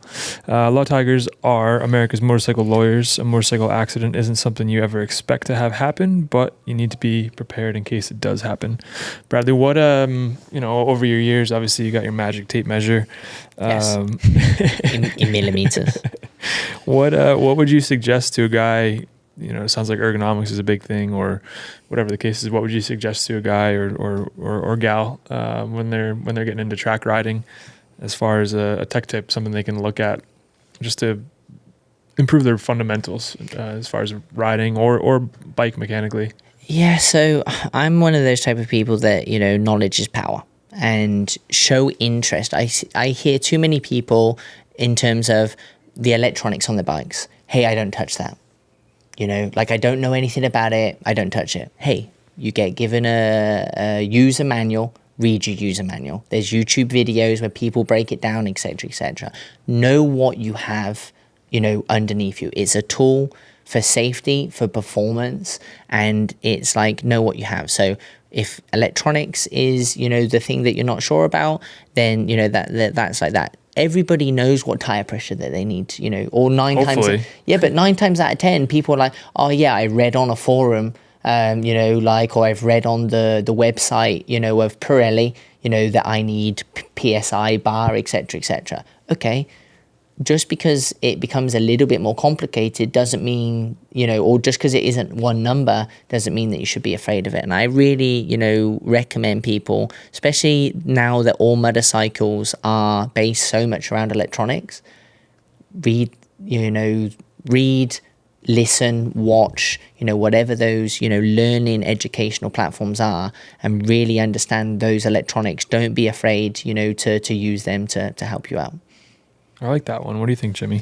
I think it's really good. I mean, use your tools. Something that Joe Kopp always used to tell me, Cody's dad, was use the tools you have, right? Learn it, use it, right? If you have the buttons and you don't ever touch them, what's the point? You know what I mean? So, I agree. I like it. There's a lot of resources out there, and especially now, you can even use ChatGPT. Jimmy uses it all the time.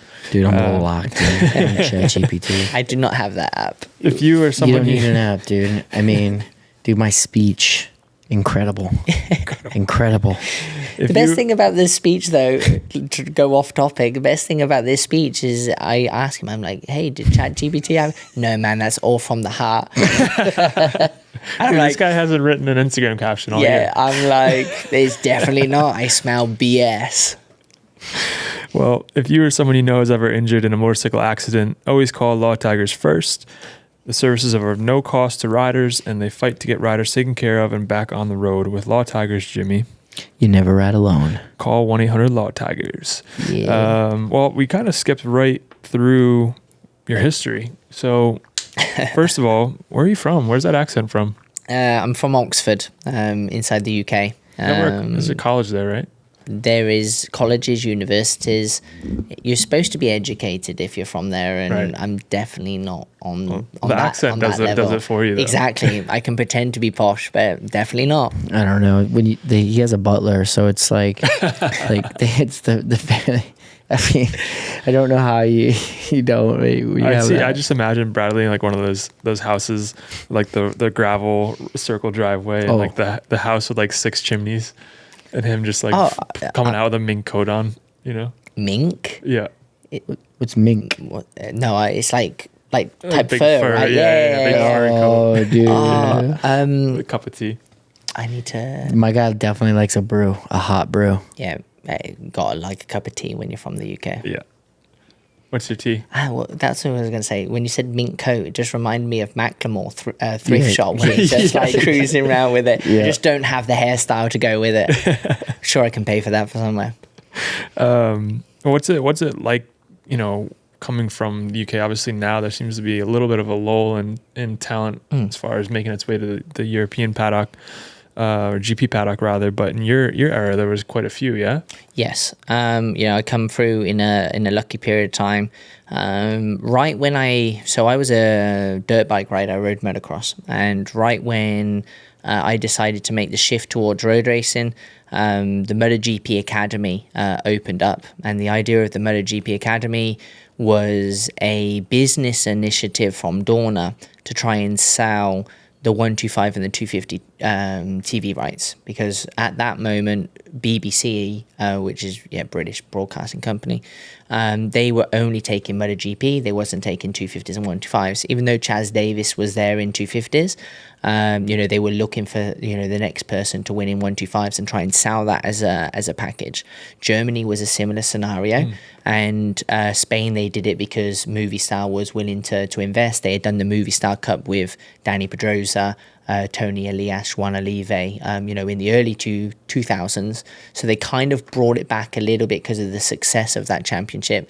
But rather than have 30 riders like Red Bull rookies, because that's what the Movistar Cup was, they just chose 6. And I just come along, right place, right time. Friend of mine, Chris Jones, sadly passed away in 2005. But we had gone to the Red Bull Rookies tryout at the end of 2004, and we were both trying to get into Red Bull Rookies. Red Bull Rookies at that point was based inside the UK, and it was 125 Super Sport British Superbike, and they had like the steps to go through, and it was me and him, and he ended up getting the core to go there, and he was the number one inside of the UK at that point. He definitely had. What age was this? 14. Okay. And he had the jump on me, and he was the best thing that we had for a long time. Coming through there, and he decided to take the Red Bull ride. Obviously I was bummed to miss out, and crazy enough, I get a phone call from Alberto Puig, literally a month later, who had called Chris's family and offered him the ride first, but he couldn't get out of his Red Bull contract at that point, so I was the next one on the list. So basically through absolute fortune, I got called into one of the 2 seats, and that deal was a fully paid, not me paid, bike project team paid, expense. So no expense to me, factory or a kit 125 racing inside a Spanish championship. We tested at every track that we went to 10 days prior for 2 days. It was as legit of a factory project as you could imagine. Yeah, we had what an experience. We had Alex Batye, who was our chief technical technical guy at the time, and he had just come from working with Pedrosa in 250s, when Danny won his move on the Movistar bike, the 2 years his championships there.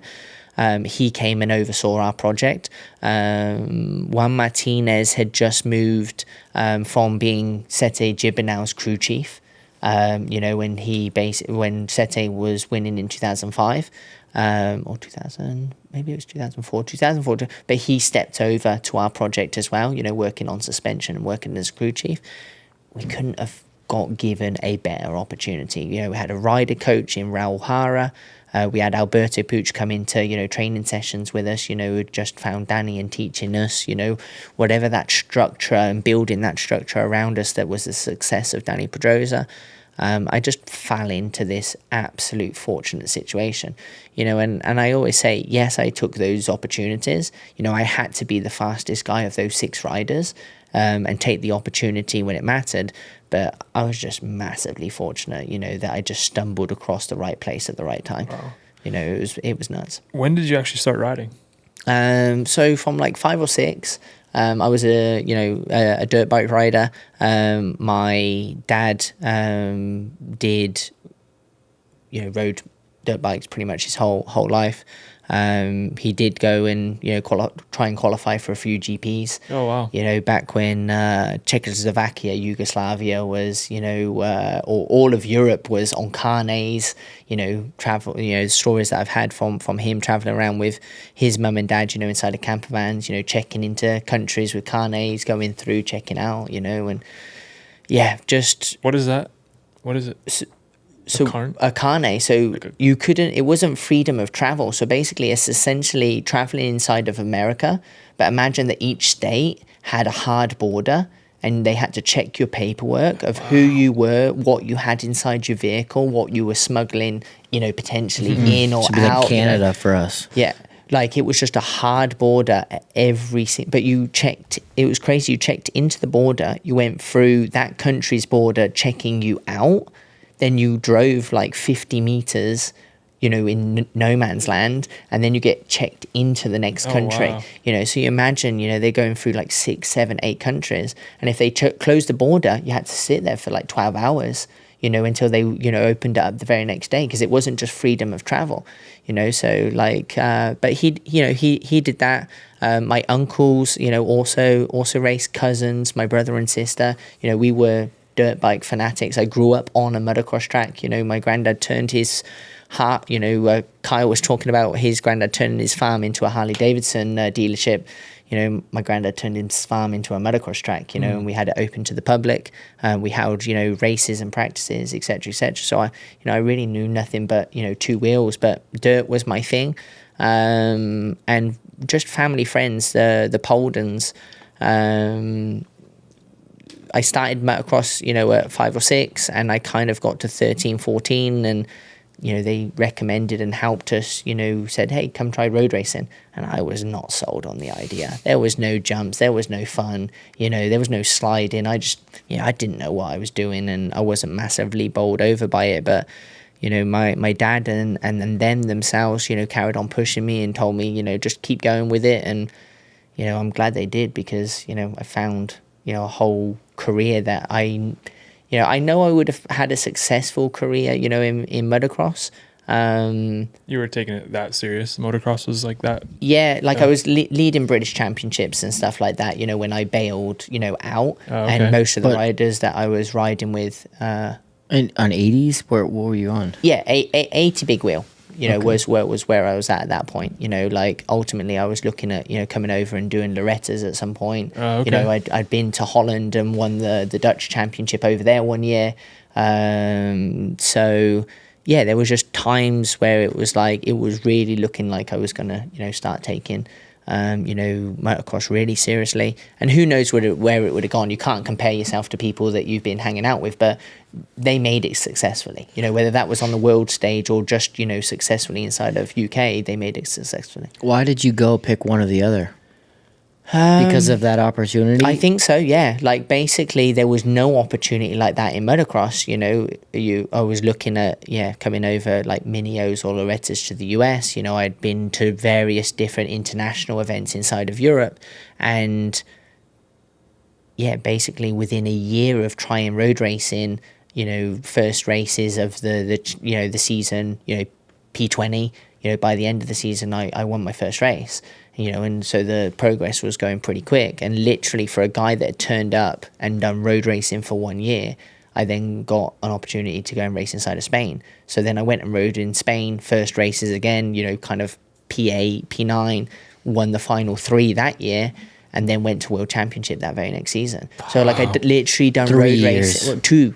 And then you were in 2 years, and in my 3rd season, I was thrown into GPs, but at 15. Holy shit! So it was just sink or swim the whole time, and it was just trying to figure it out. I just fell into this situation that I was showing progress and showing development, and figuring out what road racing was, but it's unheard of, that story. No one gets that. that opportunity. Yeah, it just fell into my lap, and I just didn't say no. It was just whatever I needed to do to just keep improving. So you never had to pay for a ride? Nothing. Wow, that's insane. Except obviously the first year inside of first year in road racing was a Aprilia Super Teens. Yeah. So my dad brought me our RS 125. We went riding that season, etc., and then got a GP 125 towards the back of that year. Got a lot of help from friends inside the industry. Hey, steering me in the right direction. I always say also my dad and my granddad, they knew the right people to call or speak to go to the right people, and just met the right people and got fast tracked along the way there. But essentially we paid in 2004 to race. Previously motocross, everything, but we paid in 2004 to run our own program inside of Super Teens. Got helped out with sponsors, family, friends, etc. We brought a GP 125 in 2005 because there's only 6 rounds inside the Spanish Championship. So I was doing half of the British Championship, half of the Spanish Championship under the team KRP. But yeah, basically Spain was completely, covered and paid for. And then essentially that Dorna program that was, the MotoGP Academy, they set me up as Repsol Honda 125 2006 first year inside a Grand Prix, and they paid for absolutely everything. So do you get a salary then, or is it just everything's covered, travel? Like, is there 2006 they gave me image rights, which maybe was like it's inside the contract where it was like, well, I actually own my image, right? So then, because I'm me, so they just gave me, I think it was a couple of grand a month, to Use your image. to use my image. Wow. But they didn't have to give me anything, but they still give me. And at 15 years old, it just it disappears like that, right? Of course. Just with whatever it is. And then the next year was pretty much a similar deal. But I remember then they actually negotiated the deal when I went to Polaris World in 2008. And that was a 50 grand deal for me, at 17 years old to race, GP125s plus bonuses, plus this, plus that. So, from early on, I was making money, not spending money, living at home, and, slowly building a net worth, so to say. Did you have to was that like expenses as well, like the 50 grand? Because I know in Europe, sometimes they just give you a lump and then you have to kind of, fend your way through the whole season, and then whatever you get left or whatever. Yeah, so not going too much into information, but I got a little bit of money 2006, 7, 8, 9, 10, which took me through my 125 career. Then when I signed for Tech 3, so bear in mind I finished second in the world in 2009, and then I think it was fourth in 2010. But then that next season, to get on the Tech 3 ride, it was 50K, but I had to pay for all my travel. And as anyone knows, if you're traveling around, 18, 19 races around that world, essentially I was riding for free. That money was gone just on, expenses alone. But it was well worth it, because midway through 2011, I got a couple of podiums. I think I got 3 on the bounce, which was Silverstone, Assen, Mugello. And I basically went into summer break and I got offered the MotoGP deal to replace Colin 2012. So I literally would have done 1 year inside of Moto2 and then gone straight to GP in 2012. But I didn't feel I was ready. I was like, I think MotoGP is too big of a step. I'd much rather sign a 3-year deal, which was another season inside of Moto2 and 2 years inside of MotoGP, which is unheard of as well, right? Like normally no one gets a 3-year deal on anything. And Hervé's like, I like the way that you think, like if you don't feel that you're ready, you're not ready. We'll give you another year in Moto2 and then we'll sign you 2 years inside of GP. So, Wow. like I said, I don't know how, the waves parted for me and I just carried on walking through. I've been extremely fortunate, with everything that's landed on my lap. When did you know, when you transitioned from dirt to road racing, that it was like a career path, not just like you're going to see how it goes kind of a thing? It's weird because I've never really looked at it at any point as this is a career path. I've literally gone with the mentality that I've just said, just keep walking. Just keep going and see what happens. Don't think in the situation that you're in right now. You haven't made it. What's the next step? What's the next thing? What's the next step? And I just carried on, going. I suppose the light bulb moment was 2005. I'm 14 years old. We're in this academy that is a little bit military. My family came to watch me, but I wasn't allowed to speak to them, type thing. Wow. It was like, you're here to do a job. That's, don't speak to anyone on the outside. Stay focused, do your plan, you can wave to them every now and again. But, it was to the point where at times, I disappeared for 10 minutes literally to try and, say hello. Bear in mind, my grandparents went to every race in 2005 in a motorhome. They were parked inside the paddock and it was difficult to get 10 minutes just to go and, sit with them and talk with them. Like literally I'd get a phone call, hey, where you're at, because they realized that I was away from the garage and, hey, come back. but at the same time, I understand fully, you know, why that happened. But I managed to sneak out the hotel. So, Oh, wow. So 2005, I qualify like first or second, and I knew if I had the race of my life and did exactly what I needed to do, I could win. I've been told that by my team. I felt a bit of pressure. But basically I knew my mum and dad were literally around the corner and they were, you know, eating dinner. And I walked in, and it was the first time that I really believed that I could win. You know, motocross, I always had that feeling, but it's the first time that feeling came back. You know, I'm like, tomorrow I've got it. Like I just know it. And I told my dad, and he laughed, and he's just like, okay, son, you know, like, you know, sleep on that, you know, type thing. And my mum was really angry with him, you know, like I walked away, and you're like, you know, you can't do things like that. It's like, what's the likelihood, you know, like a Brit hasn't won inside of Spain, like kind of ever, you know, it's like non-existent. You know, I don't want to give my son, you know, false hope. But sure enough, went out, got the whole shot, didn't look back, won the race, you know, and was like the first guy to win a Spanish championship race in, you know, British guy anyway. I think ever, but, you know, or at least in absolutely years. So I think that's the first moment, you know, that I ever really, and James knows me, the fact that I broke out of the hotel, like sneaked out the hotel, like there was just something that I would like, that was the moment that I was like, I can actually do this, and I will do this. And, you know, this is a big enough stage for me to realize that, you know, this is for the rest of life. Did you have like any heroes? Was it like, I assume because you grew up motocross, did you watch road racing? Like, because I know it's much bigger in England, but. No, so heroes, you know, really for me was, you know, Ricky Carmichael, really based on the fact of him being ginger. Everybody, You guys stick together. Yeah, everybody knows you're a ginger, you get bullied at school, and he was like the fast ginger guy that was like, actually, you know, if you're good at something, it's still okay to be ginger, you know. It's really a thing. Yeah, it really is. So, you know, he was that, you know, I was a diehard AMA, you know, watcher. You know, had endless videos from, you know, 96, 97 AMA Supercross outdoors. I had all the review videos, you know, any chance, you know, that I had that they were on.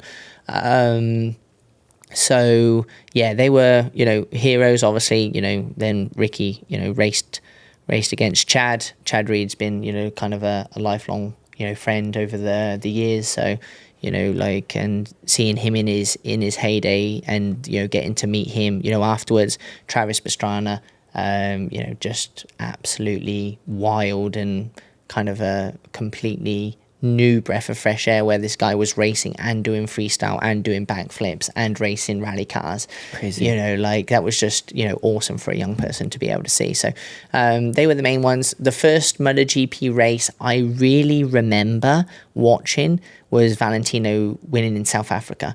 So then that would have been 2004, if my memory is correct. Yes. Camel. Yes. Welcome. Yeah. Oh. Yeah. Dude, I remember. I mean, I didn't watch it, but I just remember. Haven't seen it, but goddamn. No, it was on Faster. You can just see like there, and dude, that the bike, significance of that race, like, it was completely gone on me. But just the way that the fans were going, and the way that the commentators were, you know, cheering them on, you know. Yamaha had never won, you know, like, etc., and Rossi just being Rossi. So that was the first time that I really started paying attention. So, you know, that's me at 13, and essentially I was in that paddock 2 years later. So yeah, I'm like, didn't really know anyone in road racing, but was very fortunate to be looked after Andy Momola. You know, during my career, you kind of come on as a mentor / manager from 2008 onwards, and we worked together, you know, right the way up to nearly the end of my MotoGP career, and being able to be introduced, you know, to the world of road racing through him, hearing stories, you know, and, you know, then obviously you just start to learn the heritage of your sport, but, you know, learning stories and learning as much as I did from Randy Mola, like, I have a lot more respect for kind of the way that, you know, how MotoGP MotoGP, how 500s were 500s, you know, and the love and passion that, you know, he still has for the sport. Still see him inside the paddock, you know, at 60 plus years old, and he was still ripping that Ducati X2 bike, and, you know, until a couple of years ago. So I mean, dude, just ripping the freaking bagger at exactly. Barcelona. Yeah. Dude, and pushing. Yeah. Like, dude, pushing. Yeah. Him and Hopper were like, if we could give them good tires, they would be like, dude, another tire. Like, Really? they were like going at it. Like, not like this, but Pushing. dude, pushing. Like, there were some times I was behind Hopper and he was extending significantly into certain corners at Barcelona. It was the first time, and I only got a few laps, but like I remember going in, and dude, what's so crazy, he goes, yeah, I remember being here in MotoGP and the brake markers are exactly the same point on the bagger. And I'm like, what? He goes, dude, you have no idea how crazy it is, but I'm literally braking at the same spots that I remember braking. Wow. I'm like, what, dude? Like, that's freaking insane. It is really cool. I mean, I feel like some guys just never lose that, you know? And there's clearly also something with dirt track as well. You know, that dirt trackers just seem to be able to get on any bike and ride it extremely well. You know, if you have a look, you know, back to, you know, Randy's, you know, career, etc., like that guy jumped on pretty much any bike, even in the middle of the season. Yeah. You know, when they went from, now I don't remember whether it was 4-cylinder, 5-cylinder, but there was a Honda, like at one point, middle of the season, you know, fighting for a world championship, and basically jumps, you know, from one bike onto the next, and doesn't matter, like, Keeps you know, going. wins the next weekend. Times are different, but, you know, there are like just certain people that just have, you know, whatever that is, you know, for him to jump on a bagger, as Dude. different as they are, you know, and just do that off the bat, you know, at 60 years old, that's... I mean, he was that's quick. cool. He was quick. That's cool. Have you ever rode a 500? Yes. I got to ride a 94, and I want to say it was Yamaha of France 500 at Spa-Francorchamps. And Prepared by Guy Coulon as well, so you know it was... scary? Was it? Like, do you understand why they just high-sided? High-sided, yes. Because of the power band. You know, Ooh. like you just try... There's no way to get into the power early enough. Like, I don't think there was a gear in that could get you in the sweet spot. So the problem is it's just kind of dead. So then your only option is to whiskey. But then you get caught out at exactly the wrong point, you know, like where you're just getting greedy on the edge of the tire, or the tire starts dropping off, and you just know that that's why they were high-sided. Dude, they were violent. From a power point of view, nothing compared to, you know, nowadays. I don't know if that's because it's like an older motorcycle, you know, we're talking 94. You know, for sure that thing was nothing near 2000s, you know, 2001, 2002, you know, where they ended up.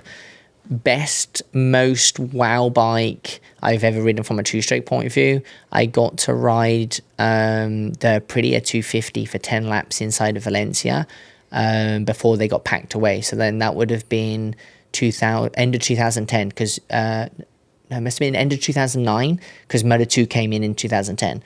So basically all of the bikes were supposed to be loaded inside of the Aprilia truck and sent back to Aprilia, you know, to do, you know, a project was closed. And my boss, Gino Borsoi, who now is working for Pramac Yamaha, he basically was like, no, because I basically did a deal where it's like, if I get second in the championship, you have to let me ride. And he's like, all right, just be here at 9 o'clock tomorrow. The bike, you know, it's in the truck, but I'll get it down. We'll put tire warmers in, but you get 10 laps. And it's going to be 10 laps, come into the garage, we close the garage, and, you know, like that's it. So, you know, and he's like, and I need you to respect box. When it says box, you know, it's box. And I've only put enough fuel in for 10 laps. So if you don't respect it, you'll be pushing the bike back because, you know, no one's coming to get you. That thing was amazing. That thing wheelied 4/5 gear. You know, okay, I was riding it at, you know, like what would have weighed at that point, like 60 kilos, so like less than 130 pounds. And the thing is just every gear, just like, wow. And yeah, that was like, I would say the most wow bike I've ever ridden, just because, you know, the way that the two-stroke kind of was. And is that I mean, because it was always a thing of like good two-strokes and bad two-strokes. Like, Yes. there was a massive difference. You know, Aprilia kind of ran the show for a while. And I guess I have kind of two things on that. Like, one, why were they so good? And two, do you still think in today's day and age, with everything that we have, that two strokes are just still valuable for kids? I think that from a feel point of view, from a roll speed point of view, from a finesse point of view, you can't ride a two-stroke aggressive. Like that platform, the way that they were, because people obviously talk about engine braking, this and that. Those things were so stiff. Like you could make a much better two-stroke now with everything that we know with chassis design, etc., etc. But those things were chunky. They chattered like no one's business. Like when you high-sided, it was rah. There was no spinning, there was no progression because they were so stiff. So you had to finesse it. You had to learn to ride on that pulled, rope, and just you learn to bounce, away with that limit there. And I think, kids nowadays, and it's just with progression, etc., but you kind of get away with being a way more aggressive, like a way more choppy. Just the four-stroke seems to, and the chassis design suspension, it has just way more kind of forgiveness to it. But yeah, there's nothing negative with teaching someone, to ride a two-stroke. I think a lot of people would use rear brakes better. As much as some people are like, oh, you don't need to use a rear brake, GP riders don't use, everyone's using rear brake. People are dialing in EB, etc., but rear brake is still your friend. There's a reason why Moto2 guys have hand rear brakes, or the resurgence of hand rear brakes instead of thumb, etc. It's still a tool that you need to be able to use, and I think the two-stroke teaches you the base of that, fundamentally, because you can't add engine brake. You can't go and change the blade. You can't add more or less, or, etc. You only have one way of stopping.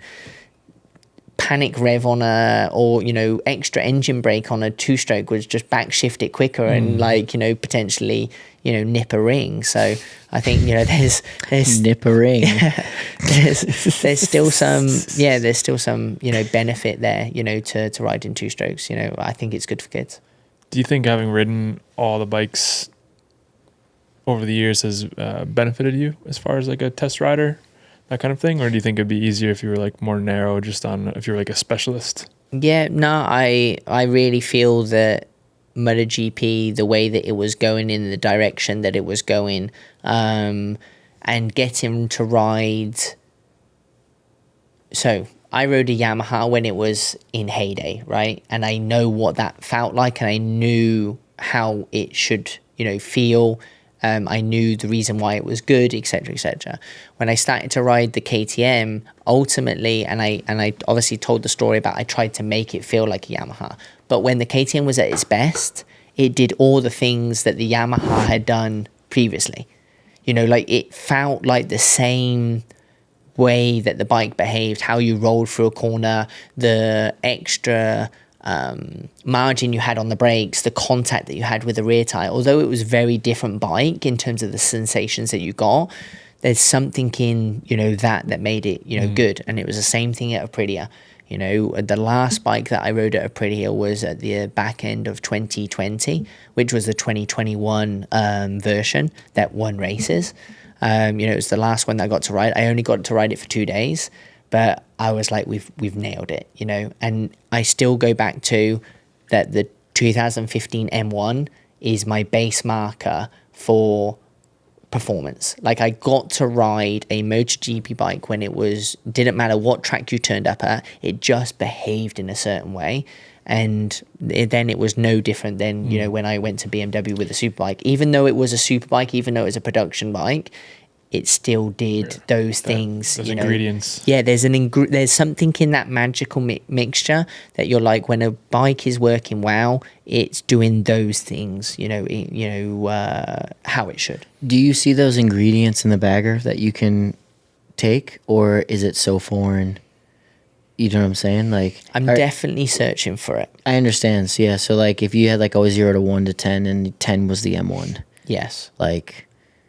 I'm definitely searching for it, and it's just. Have you touched things in different areas of the box, or? At the moment, at the moment, every time I do it, I'm having to compensate. And that's Something one else. things in GPs is there's basically no compensation. They are able to touch every single box and move every box to 10. And that's the reason why you have 10 of everything, because maybe when you move this, you need this. And maybe when you do this, you make this better, you can, something, then works, and they're just able to do it, like, hey, I've moved the front, X amount of millimeters away. That's given me my braking stability, and now I've got it. Okay, but now it doesn't turn as much. All right, do we rotate it, but then we use a 5 mil, 10 mil lower seat, but maybe with then a softer swinging arm, because, like, now it goes into the, and it's just that the whole time you're trying to find that magic sauce. How much are you changing if you find that base? Like, so say Mark say Mark, I mean, is there a race he's going where they're not really changing anything, or Yes. is there? Yes. In 2015, I was changing 1 to 2 milli preload, 1 to 2 milli ride heights, front and rear. You could have literally welded in my headstock. I think there was like one track in the season that we moved from like 1 degree open to 1.5, but with the swinging arm length, for example, always Phillip Island, because it was the nature of the racetrack and the extra hard rear tire that they used. You normally use something kind of strange. Saxon ring maybe was within that, and sometimes just Sepang, because it, like the greasy nature of that track, and we'd always race at 4 o'clock in the afternoon, which it was a skate ring. Like it just really 9 o'clock in the morning. You're doing 58s, and at 4 o'clock in the afternoon, you're doing 2 minutes 1, so you change your bike according to that. But apart from that, when you're in that sweet spot, it's 1 to 2 milli, front and rear. Spring rate adjust, based off of your fork travel and your shock travel based on those tracks. They got so many years of data that they almost know it before you get there. You're like, oh yeah, we turn up at this track. We go down a spring rate, 2 spring rates, like they just know before they even get there. And then electronics, like that's the biggest thing, is just working on those electronics, trying to put as much power to the ground without wheelie, without pumping, without overspin, looking after that rear tire, using the EB to the maximum, things that they can. So when you're in that sweet spot, you're really not changing a lot. What do you think? Sorry, what do you think that if you could take somebody, right? Like, what do you think they always say the tires are the hardest part about GP to wrap your head around. Do you think that if you could just, inject somebody the feeling of good tires, right? Like, all right, hey, I know how to push a Dunlop to the maximum. Sure. Like that feeling on a MotoGP bike. What are they at? Michelin's? What are they on? Michelin's, yeah. Michelin's. If you could just inject that I have that knowledge, is a GP bike that, like, is it that extreme? Is it that much more difficult to ride than a normal bike? Or is it actually, you could, if they had the proper time, ride it, if they could get around the tires? Or give me something like, oh no, dude, the brakes, everyone's getting arm pump because you can't pull the brake lever hard enough. I don't know what it is, but. Okay.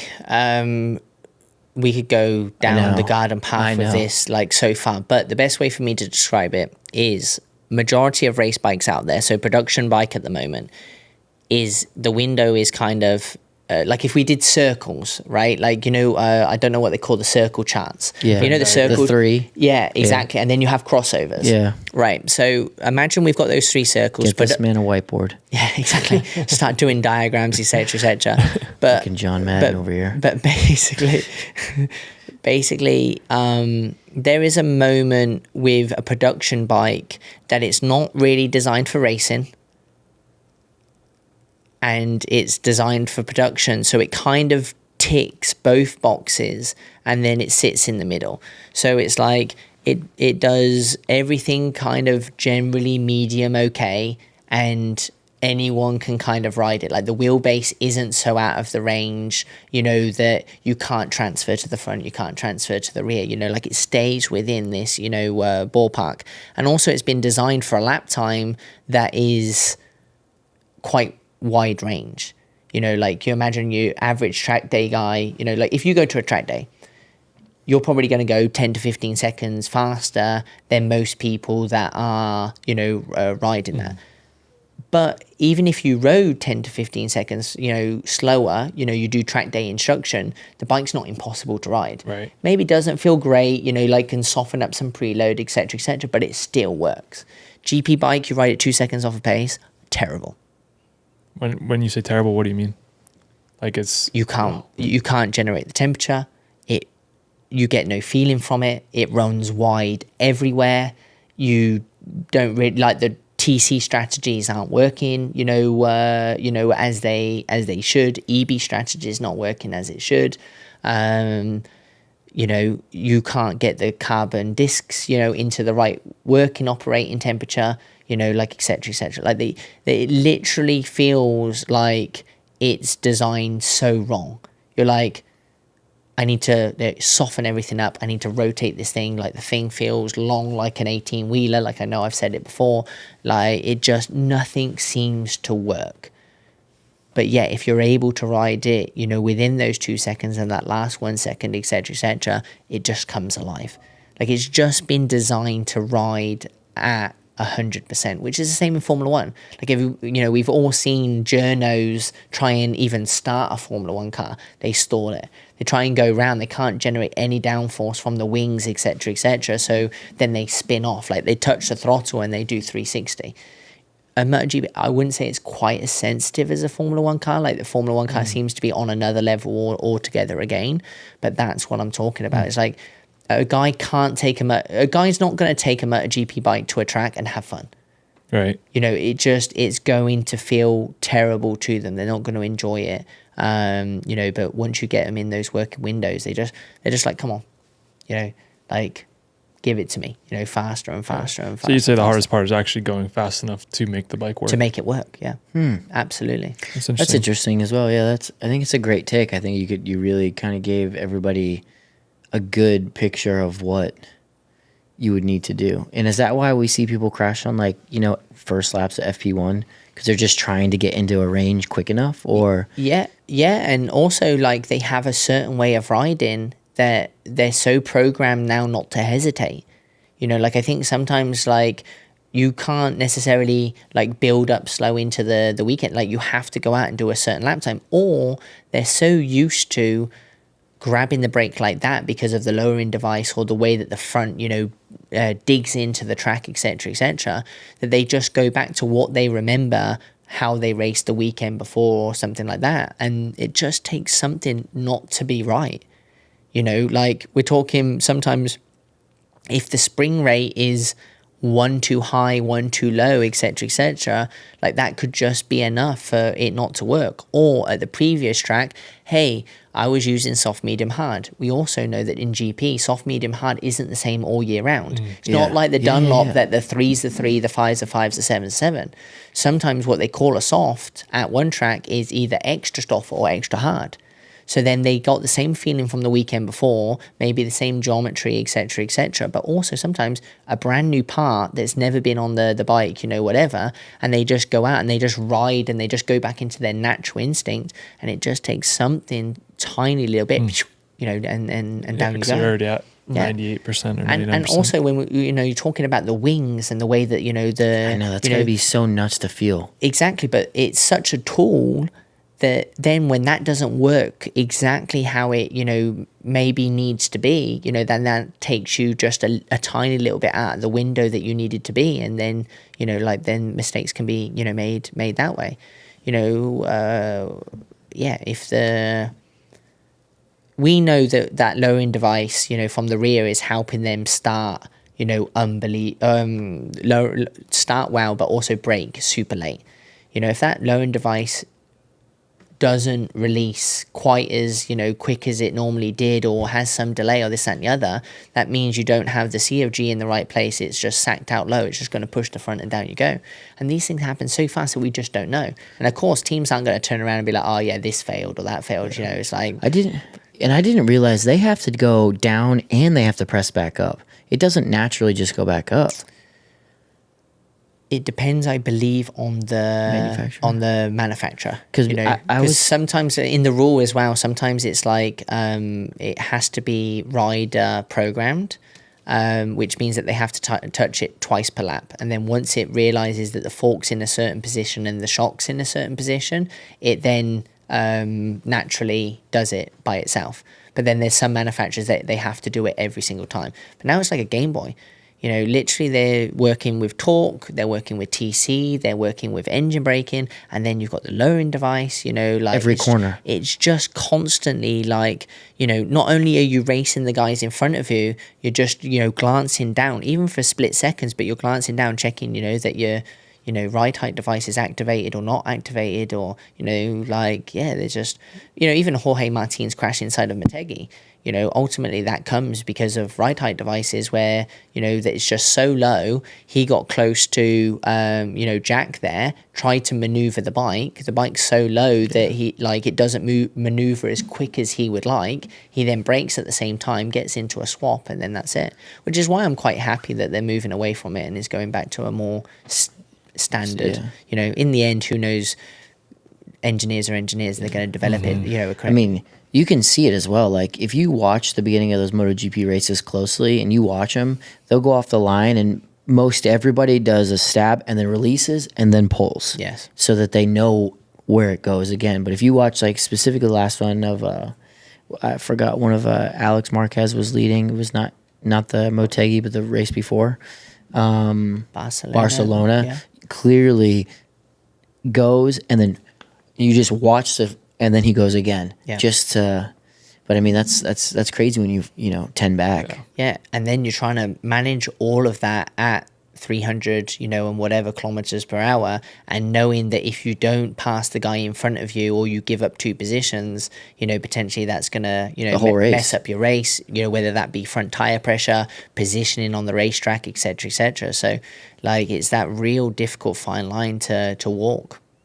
It is. I mean, and you're doing that for 40 minutes and within 1/10 of a second, or 5/10 of a second for that entire time. And it's insane. There's nothing that we could show, you know, like, okay, we can show heart rate and stuff like that, but, you know, there's nothing to really show to really give people a real idea. You know, it's why I like the Ducati X2 so much, because, you know, anyone that got to ride that, you know, with the way that they had, you know, the seat positioned and the amount of force that went through their hands. X2 is the 2-up bike, right? The 2-up bike, right. Yeah. And that's probably the only time that you could really give people a real idea in terms of what it feels like. Yeah. You know, I think any time that people do pillion rides, you know, as much as it's sometimes scary, it's a real eye opener for people to kind of feel a tiny percentage of, you know, what that's like to ride, you know, at that speed, you know, like whether that be a superbike speed, super sport speed, or a MotoGP speed. Any of it feels fast to somebody who's never Absolutely. who's never done it. Well, when they're looking at their brake point and you're going up to 6th gear rather than braking, that normally scares them. Yeah. Going back to like the younger teenage years, the academy is like homeschooled, right? It's like you go to the campus. Was it that how it was set up at that point? Yeah, so I was living on campus in a sports facility for normally 2 to 2.5 weeks. I would travel back in between races because there was only 6 or 7 races. But I went to public school. And you went to public school? Yeah, I finished public school, you know, all the way to the end after my exams. I was still in public school when I was racing GPs. No way. So I would, I had some grace, like I would fly in on a Thursday morning to the racetracks. You know, rather than Wednesday, it would always be Thursday. I'd get in Thursday afternoon, and then they'd always fly me. So I never got to see any MotoGP races because, like, in my first like two years, because I was always basically in a car going to the airport to be back at home on Sunday night, and I got grace to miss the first 2 lessons in the morning. You know, so that if I got back at midnight, I could sleep in, you know, have a shower, like, you know, gather myself. But I was in school by 11 o'clock on Monday mornings, you know, without fail. Were they showing races at that point in England on TV? They were. And I think that's part of the reason why they stopped me from going in the mornings as well, because they asked me to get there at break, like our first little 20-minute break, so that anyone that would watch race, you know, would basically talk to me during break, because otherwise I'd disturb the first 30 minutes of every lesson. Yeah, because, you know, people could turn me on, you know, like they could turn on TV and, you know, they were watching on BBC. You know, my race was there. So they sat there on a Sunday watching me race, and then I'm in school back on Monday. Was that weird? No, because my friends just saw me as, their friend, right? And I think it was kind of weird, like that you were on TV, but in the end, you just did something that was on TV, or like that's how I saw it. And I think, that's how a lot of my friends saw it. It was just, you're doing a cool sport that's on TV. So it helped with the ginger thing a little bit. Slowly. Yeah. Did you have to wear a suit and tie? For School? No, I'm not. Come on. No, You're not that no. posh. No, I was. Yeah, I told you. I've got the accent for it, but I went to not a rough school. I went to a rough school in Oxford. Yeah. You can't really say that, but it wasn't suit and tie. It just a sweatshirt. Like no hoodie or something like that. Just a sweatshirt and the badge. That was. Yeah, and so like when you grew up on like a farmland, was it? Because I've never been to the UK, so I can't even really imagine it. But like New York. It's like New York. Yeah, right? exactly. Same. No, like Western New York. Yeah. It's like the same sort of vibe. Okay. Pastures. Once you head out of town. Yeah. Yeah. Okay. Yeah. I could see Like that. where Kyle lives, kind of. Yeah. Yeah. Yes, for the first 3-4 years of my life, we grew up on a farm. It wasn't a working farm at that point. We'd already turned it into a motocross track. That was our interest, that was our knowledge. Had a main track out the front and a practice track out the back. Funny enough, I still own the land that the practice track out back is on. Wow. So still have that, and literally everyone inside our family, kids, friends, cousins, this, that and the other, like even my mum, like they've learned to ride in that field. That's really special. Like there's a lot of history inside that field. My granddad did want to sell it at one point, and I was like, okay, sat down with my dad and we're like, no, we don't want to let this opportunity and this history go. So I think we're going to try and keep that as long as possible. My sister, so my niece and nephew, have now learned to ride in that track, and just try and keep it in the family as long as we can. Yeah. Did we get the dub, dude? Did we get the dub? Oh, we don't know yet. It's still he is racing the same weekend that we're at Gran Fondo in the Lombardia. So great. Not Sweet. this. Yeah. So we FaceTime. Yeah, there's going to be He's going for the freaking number. He's going for the number one, bro. Yeah. For motocross? Yeah. No, mini moto. So he's racing. I want to say it's like AC40 Inters or something like that, but it's like youth. 4 point something brake horsepower, category, on like the, an Ovale. on the no mini moto. Okay. So like on the 10-inch wheels. Okay. Or whatever. But on blacktop. The tiny, huh? On blacktop. Yeah, mini moto, bro. Yeah, like pavement. Okay. Yeah. It's mini moto. But it's a dirt bike style with supermoto. No. Mini moto, straight up. like mini moto. Ovale, but smaller. Okay, super what I small, was like a pocket bike, but Yeah, a little bit. exactly, pocket bike. Yeah. So like Ovale is like mid-size for us. Yeah. So he's not quite that age yet, but he's he's going for the championship there. So looking forward to seeing that. I get so nervous. So I think don't want to jinx it. It sounds like you've done, you've done okay as far as investments and things like that. Our next segment, so our new partner, Gulf Point Advisors, our money moves segment. Sure. Hypothetically speaking, or you've actually lived a lot of people's dreams as far as getting to GP and signing that big contract as a factory rider. What are the first 5 money moves you're making? Like, what are the first 5 purchases, investments, stupid things, or what did you spend some of the money on? I really tried not to move away from investing in myself. So I think that is number one. If money moves performance, it shouldn't be skimmed on. If it can make a difference on your program, then you should, invest, because I do believe it comes back, in the future. I don't believe that, if you really sit there and go, this can be a needle mover, like you should ultimately, do that. James is a prime example. This year there's like parts that need to be, brought for the bike. Okay, like if it means that I invest, a lot of money in the short term here, but that can, potentially, win me races, it's gonna, pay back. So that was number one. I've always, but basically since I've been inside of MotoGP, I've been in tax havens. let's say, or as least tax as possible. Monaco. I've been in Andorra as well. That wasn't always, tax zero, but, less than, what it is inside of the UK. People need to bear in mind that, as much as Monaco's tax zero, they make it up on rent. So it's not like, you're completely, you're not completely cushy, but I work out my numbers, and, ultimately I am trying to put money away, whether that's for me and my family, or projects and bits and pieces, fun things to do, in life, or needle movers just on, quality of life. I've always, tried to do those type of things. I mean, good food, good restaurants, I think that's worth, splurging on, No watches, boats, cars. Yeah, see, I'm not really, that type of person. I'll invest in time, getting time back. You have a time machine or something? No, but anything that can make it a little bit easier, or, give you time back, during your day. Okay, I get what you mean. So whatever that, is, whether that's, within my family, it's, we get HelloFresh. I don't know what the equivalent is inside of the US, but I get, meal sent. Okay, you have to cook it, but, it's 20 minutes that I'm having to cook, and not worrying about going to supermarket and, bringing that in, or, whatever it is, just basically get all ingredients, you don't waste anything, I'm traveling a whole bunch, et cetera, so just, get that dialed in. And then, as much as, people may shy away from, financial advice, is again using the tools that are out there inside of this world. There are professionals. Don't get me wrong.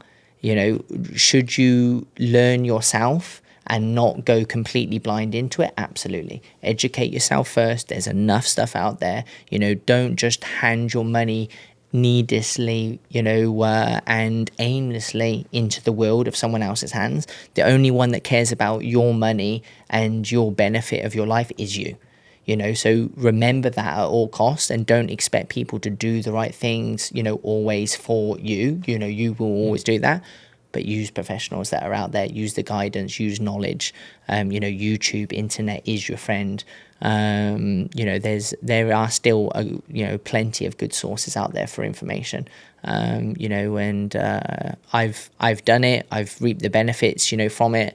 I've been without job 2001, 2002, 2003 until the back end when BMW came, and I still had income there coming from investments and bits and pieces. Low risk, not anything crazy, but just I had the money coming in to support my lifestyle while I was out without a job or figuring out what was next. Well, I mean, nothing glamorous, but it's all really good advice, so I appreciate that. That's our Money Moves presented by Gulf Point Advisors. Gulf Point Advisors was founded in 2016 as a boutique investment firm led by longtime listener Tris Millard, helping clients nationwide build smart financial plans for the future. If you have any questions or want to learn more, call 603-731-3230 or email tris@gulfpointadvisors.com, tris@gulfpointadvisors.com, or visit gulfpointadvisors.com. I think our boy Bill will also put these links in our bio, so you can click on those. Gives the thumbs up, Bill. He's giving the thumbs up. Securities offered through LPL Financial, member FINRA/SIPC. Advisory services offered through New Edge Advisors LLC, a registered investment advisor. New Edge Advisors LLC and Gulf Point Advisors are separate entities from LPL Financial. I think you should maybe look into a career of doing one of those commercials. I don't think I have the voice for it, to be honest with you. Dude. Yeah, but it's not the same when they speed it up at ×5, and then I kind of want to do that. I wish I had a button.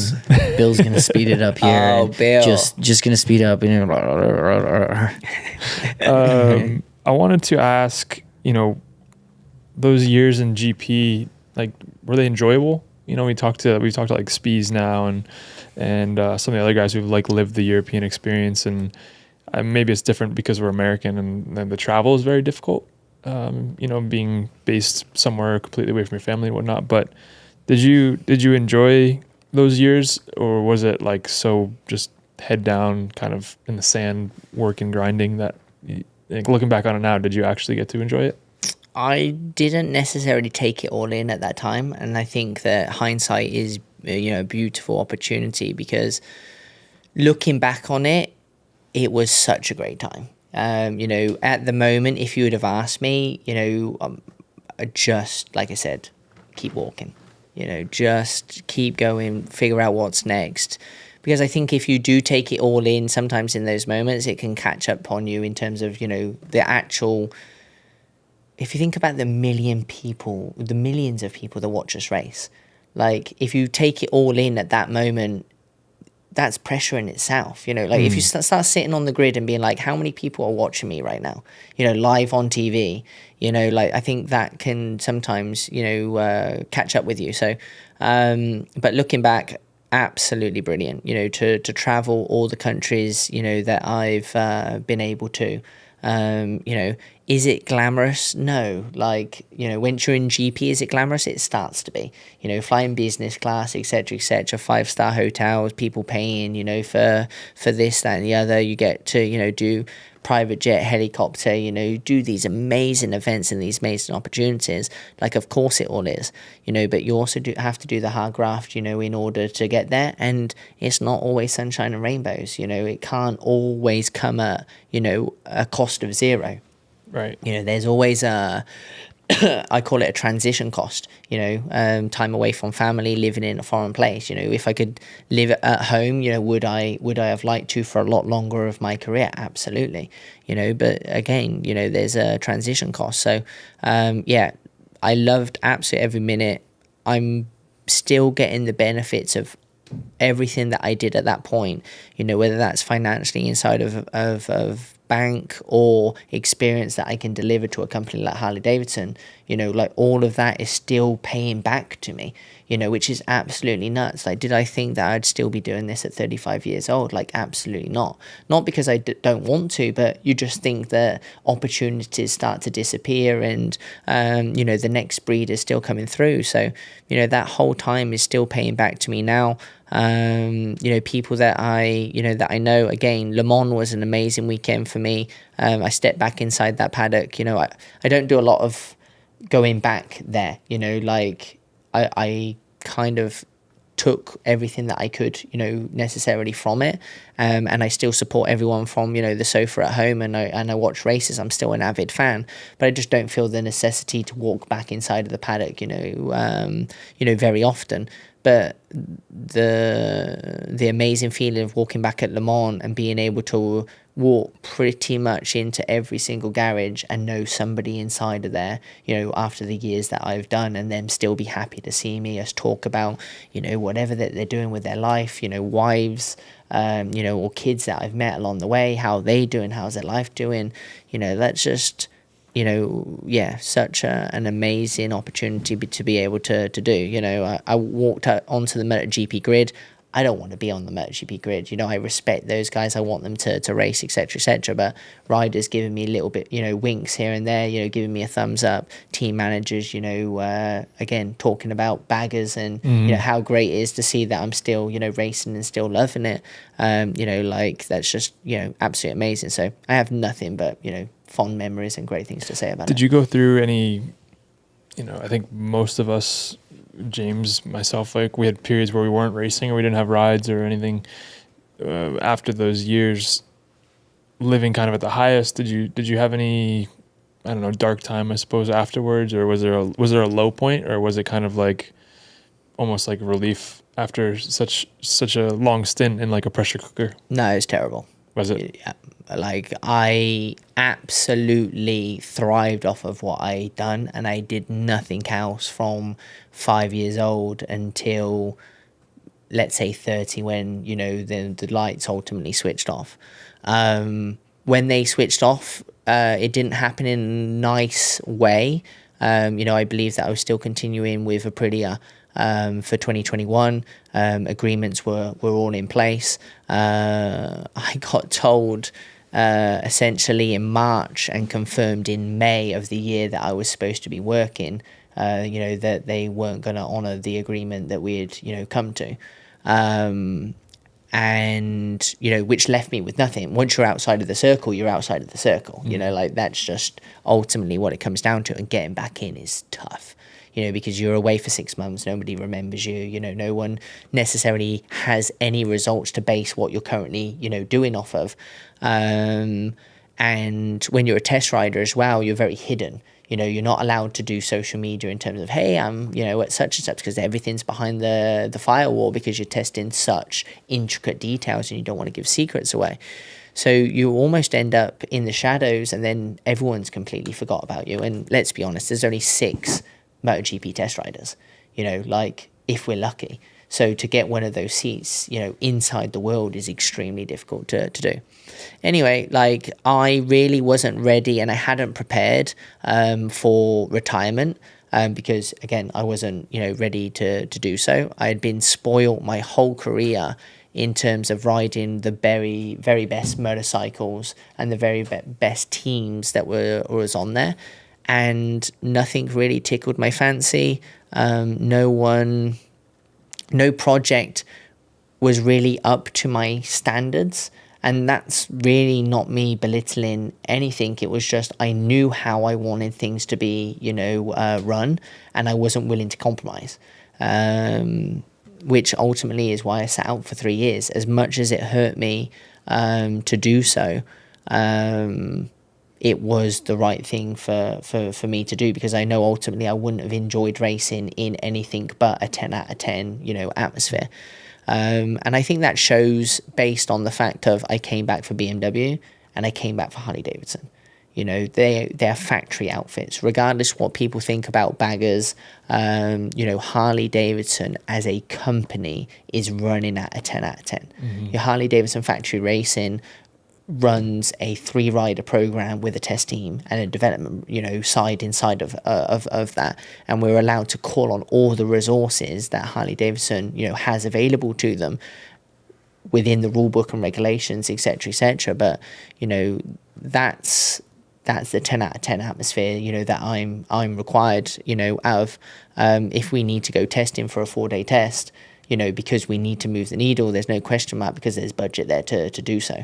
And yeah, that was super important to me. So yeah, there's definitely a dark period. I recommend that people think about what is next. They start to think about, how maybe retirement's looking like, or find passions and invest their time, into those passions, not necessarily to detract away from racing, but already give you something that, gives you even 50%. 30% of the happiness that nothing's going to give you 100% of racing. There's nothing out there, except, I've heard illegal drugs for short periods of time, but, it's short-lived, substances that maybe give you that dopamine, adrenaline, or whatever it is. And I really recommend for people to find, even that 30-50% of enjoyment and work on that, because when the lights do go off, you are left completely alone by yourself. 24-hour days are very long, 7-day weeks are very long, and 365 days feels like a lifetime.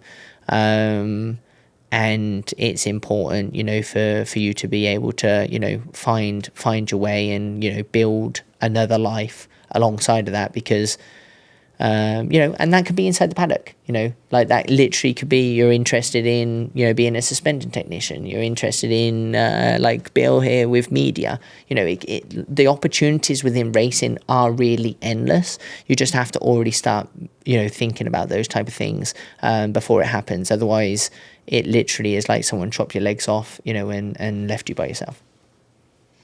It's powerful, man.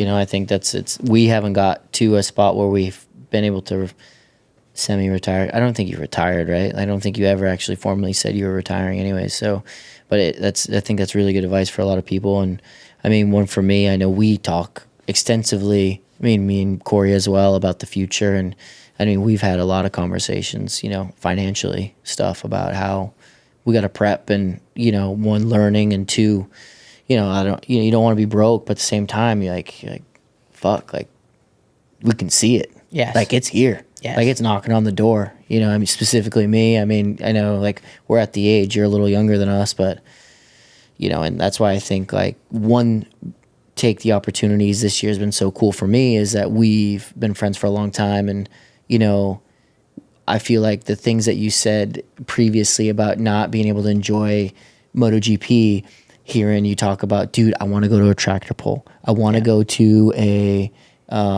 drag race. I want to go do these things while I'm here because I just didn't do it and I've learned and I need to do it. Yes. And, for me, it's super cool because this is our country. Like, and I'm like, dude, I want you to see this shit that I saw growing up as a kid. Yes. Like seeing your face, I mean, and I think it's super cool. And the experience that we've had this year, I feel like that, it's powerful, man. It's powerful. Yeah. But so what is, do you have things that you are working on or thought about otherwise? Like, especially during that period, obviously you had some time, but. Yeah. So during that period, I made a race team. I remember that, so we made a race team and a program, there that we were looking after varying different levels inside the sport, looking after young guys racing, and also looking after, track day goers, like however we could help, I didn't want to walk away from essentially, I've been inside of racing or been riding a motorcycle now for best part of 30 years. That's a massive multi-doctorate of experience and education and schooling, of that, right? And I didn't want to walk away, not sharing that with, somebody somewhere, information or whatever it is. Obviously, I've got my niece and nephews that I can pass that information on, and friends and, people that I've never met before. James has done schools now, with Harley-Davidson, in multiple different countries, just sharing that information, and making people better and safer is an important, thing to you to do. So I did that.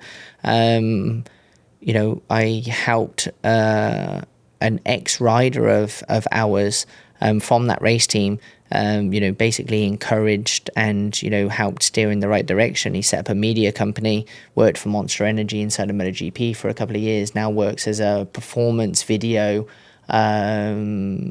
using, the different softwares that are out there for KTM, and he works across the board inside of Moto3, Moto2 and MotoGP on their program there.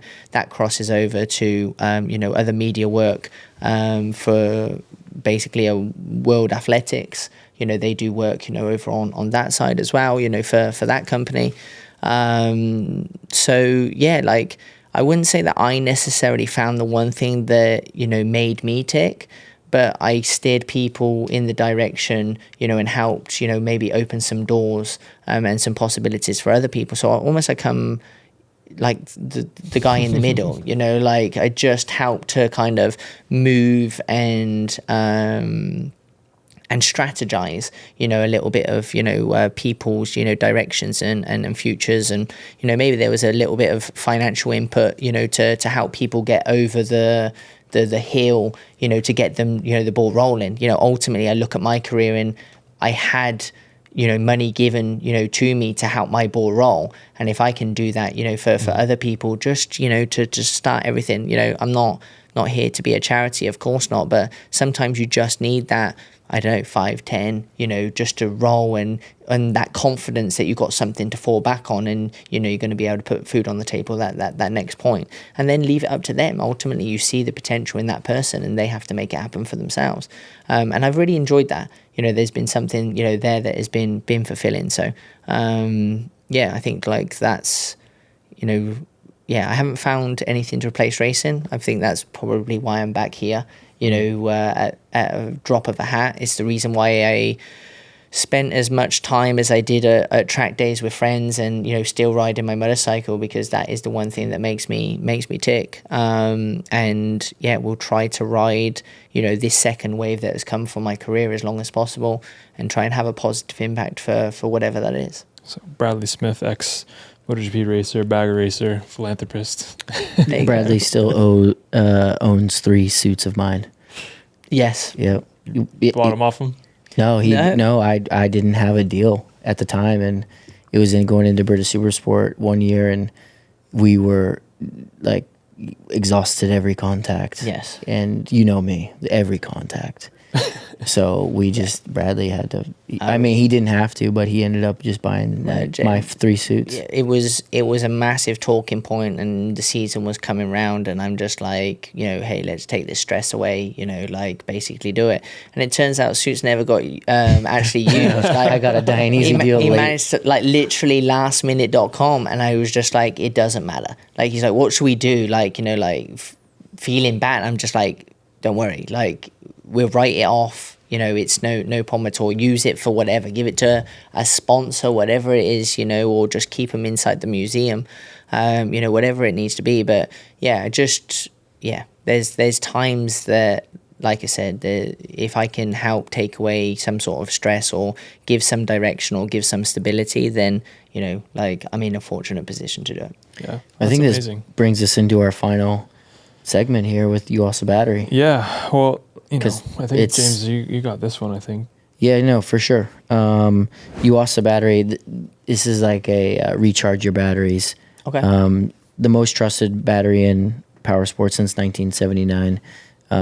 For over 45 years, UASA has delivered power, reliability, and passion at every turn. UASA supplies power sports batteries to more OEMs and riders than all our competitors combined in the U.S. and global. The simple reason: premium quality, unmatched reliability, long life, and advanced engineering with years in application expertise.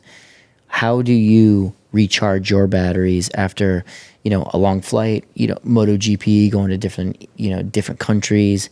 What is your, how do you recharge your batteries? I think, again, we just touched on it like very lightly with the, seeing other or helping people or seeing other people succeed, right? Like, you see the benefits from them, having friends around the world doing variety of different, sports, watching them, put in their effort and, either getting the accolades, for it. Okay, we're not all winners out there, but, good results or good performances, etc. There's something to feed off of that, absolutely that there is. That aside, one thing that was essential for me when I was in GP was dog walks. And I know it sounds completely crazy, but there's so much judgment and there's so much pressure and there's so much expectation put on results. Your dog doesn't know anything like that. You literally just go walk by yourself in the countryside. Like, the world there inside of the vastness of a field isn't judging you. The cow that's like walking over to you or, taking a shit there, like on the footpath, they don't know who you are. You're just, you're just somebody else. They're not asking something for you. They might, literally just come up to you to, sniff you or want a little, belly rub or whatever. And, taking my dog for a walk was literally like that. She was happy to, to see me when I walked through, regardless if I finished on the podium, or crashed out of the race like an idiot. They just treated you exactly the same. And I think that's, was such an important resettler for me. So I really tried as much as possible when I went back to my parents. I'd first thing that I'd do, literally just put on whatever it was, and we'd sometimes disappear like an hour and a half.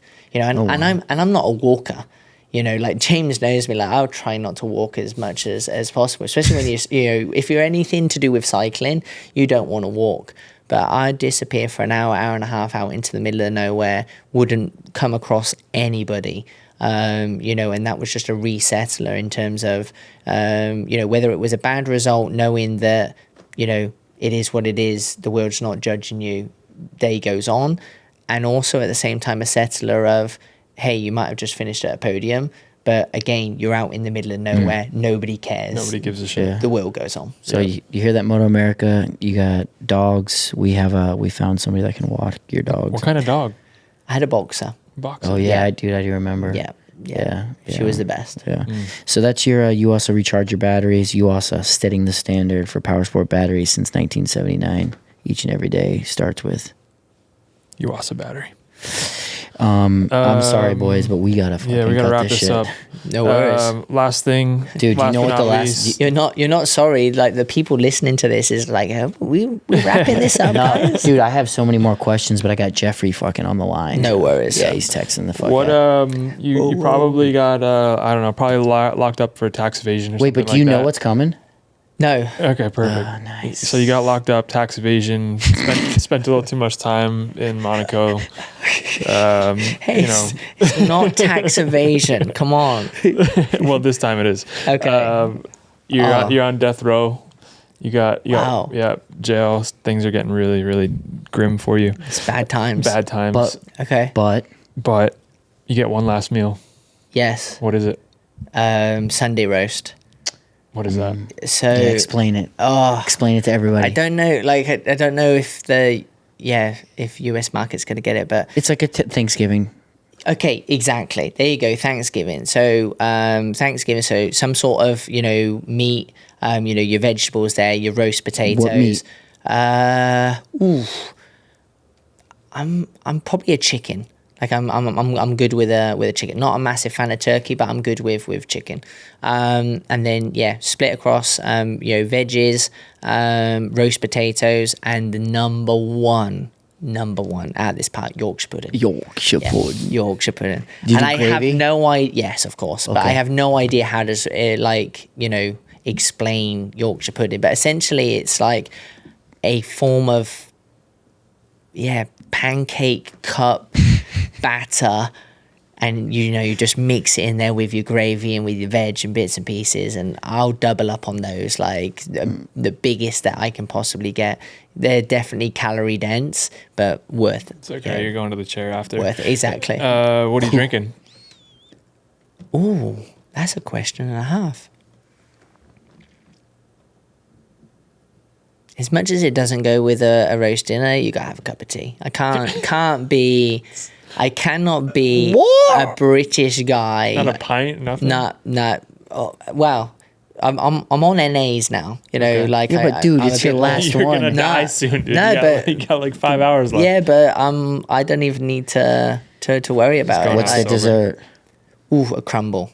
Ooh. Yeah, apple and rhubarb, most likely. Custard, I go for that. for sure. Okay, and then final question: who's making the roast? Is it your mom, or is it like a certain place, a pub, local? Where is it coming from? Oh, there's some great country pubs like inside of the UK, but my mum has it down pat, and I'm definitely not going on a podcast and saying my last dinner would be cooked as a roast dinner by my mum. So I'm cool with that. Donnie would be not Yeah, too. yeah. Well, there we go. I think we still probably could do another 2 hours, Easy. but it's been a pleasure. Absolutely. Part Thank you. one, baby. Part one. Really appreciate it. I'm and back next year in King of the Baggers for a second season. So if we convene again in another 12 months, then why not? We'll have to do another one for sure. Really appreciate it, and looking forward to getting to hang out some more. Cool. Sweet. Thank Thanks you for guys. having me. Thanks, boys.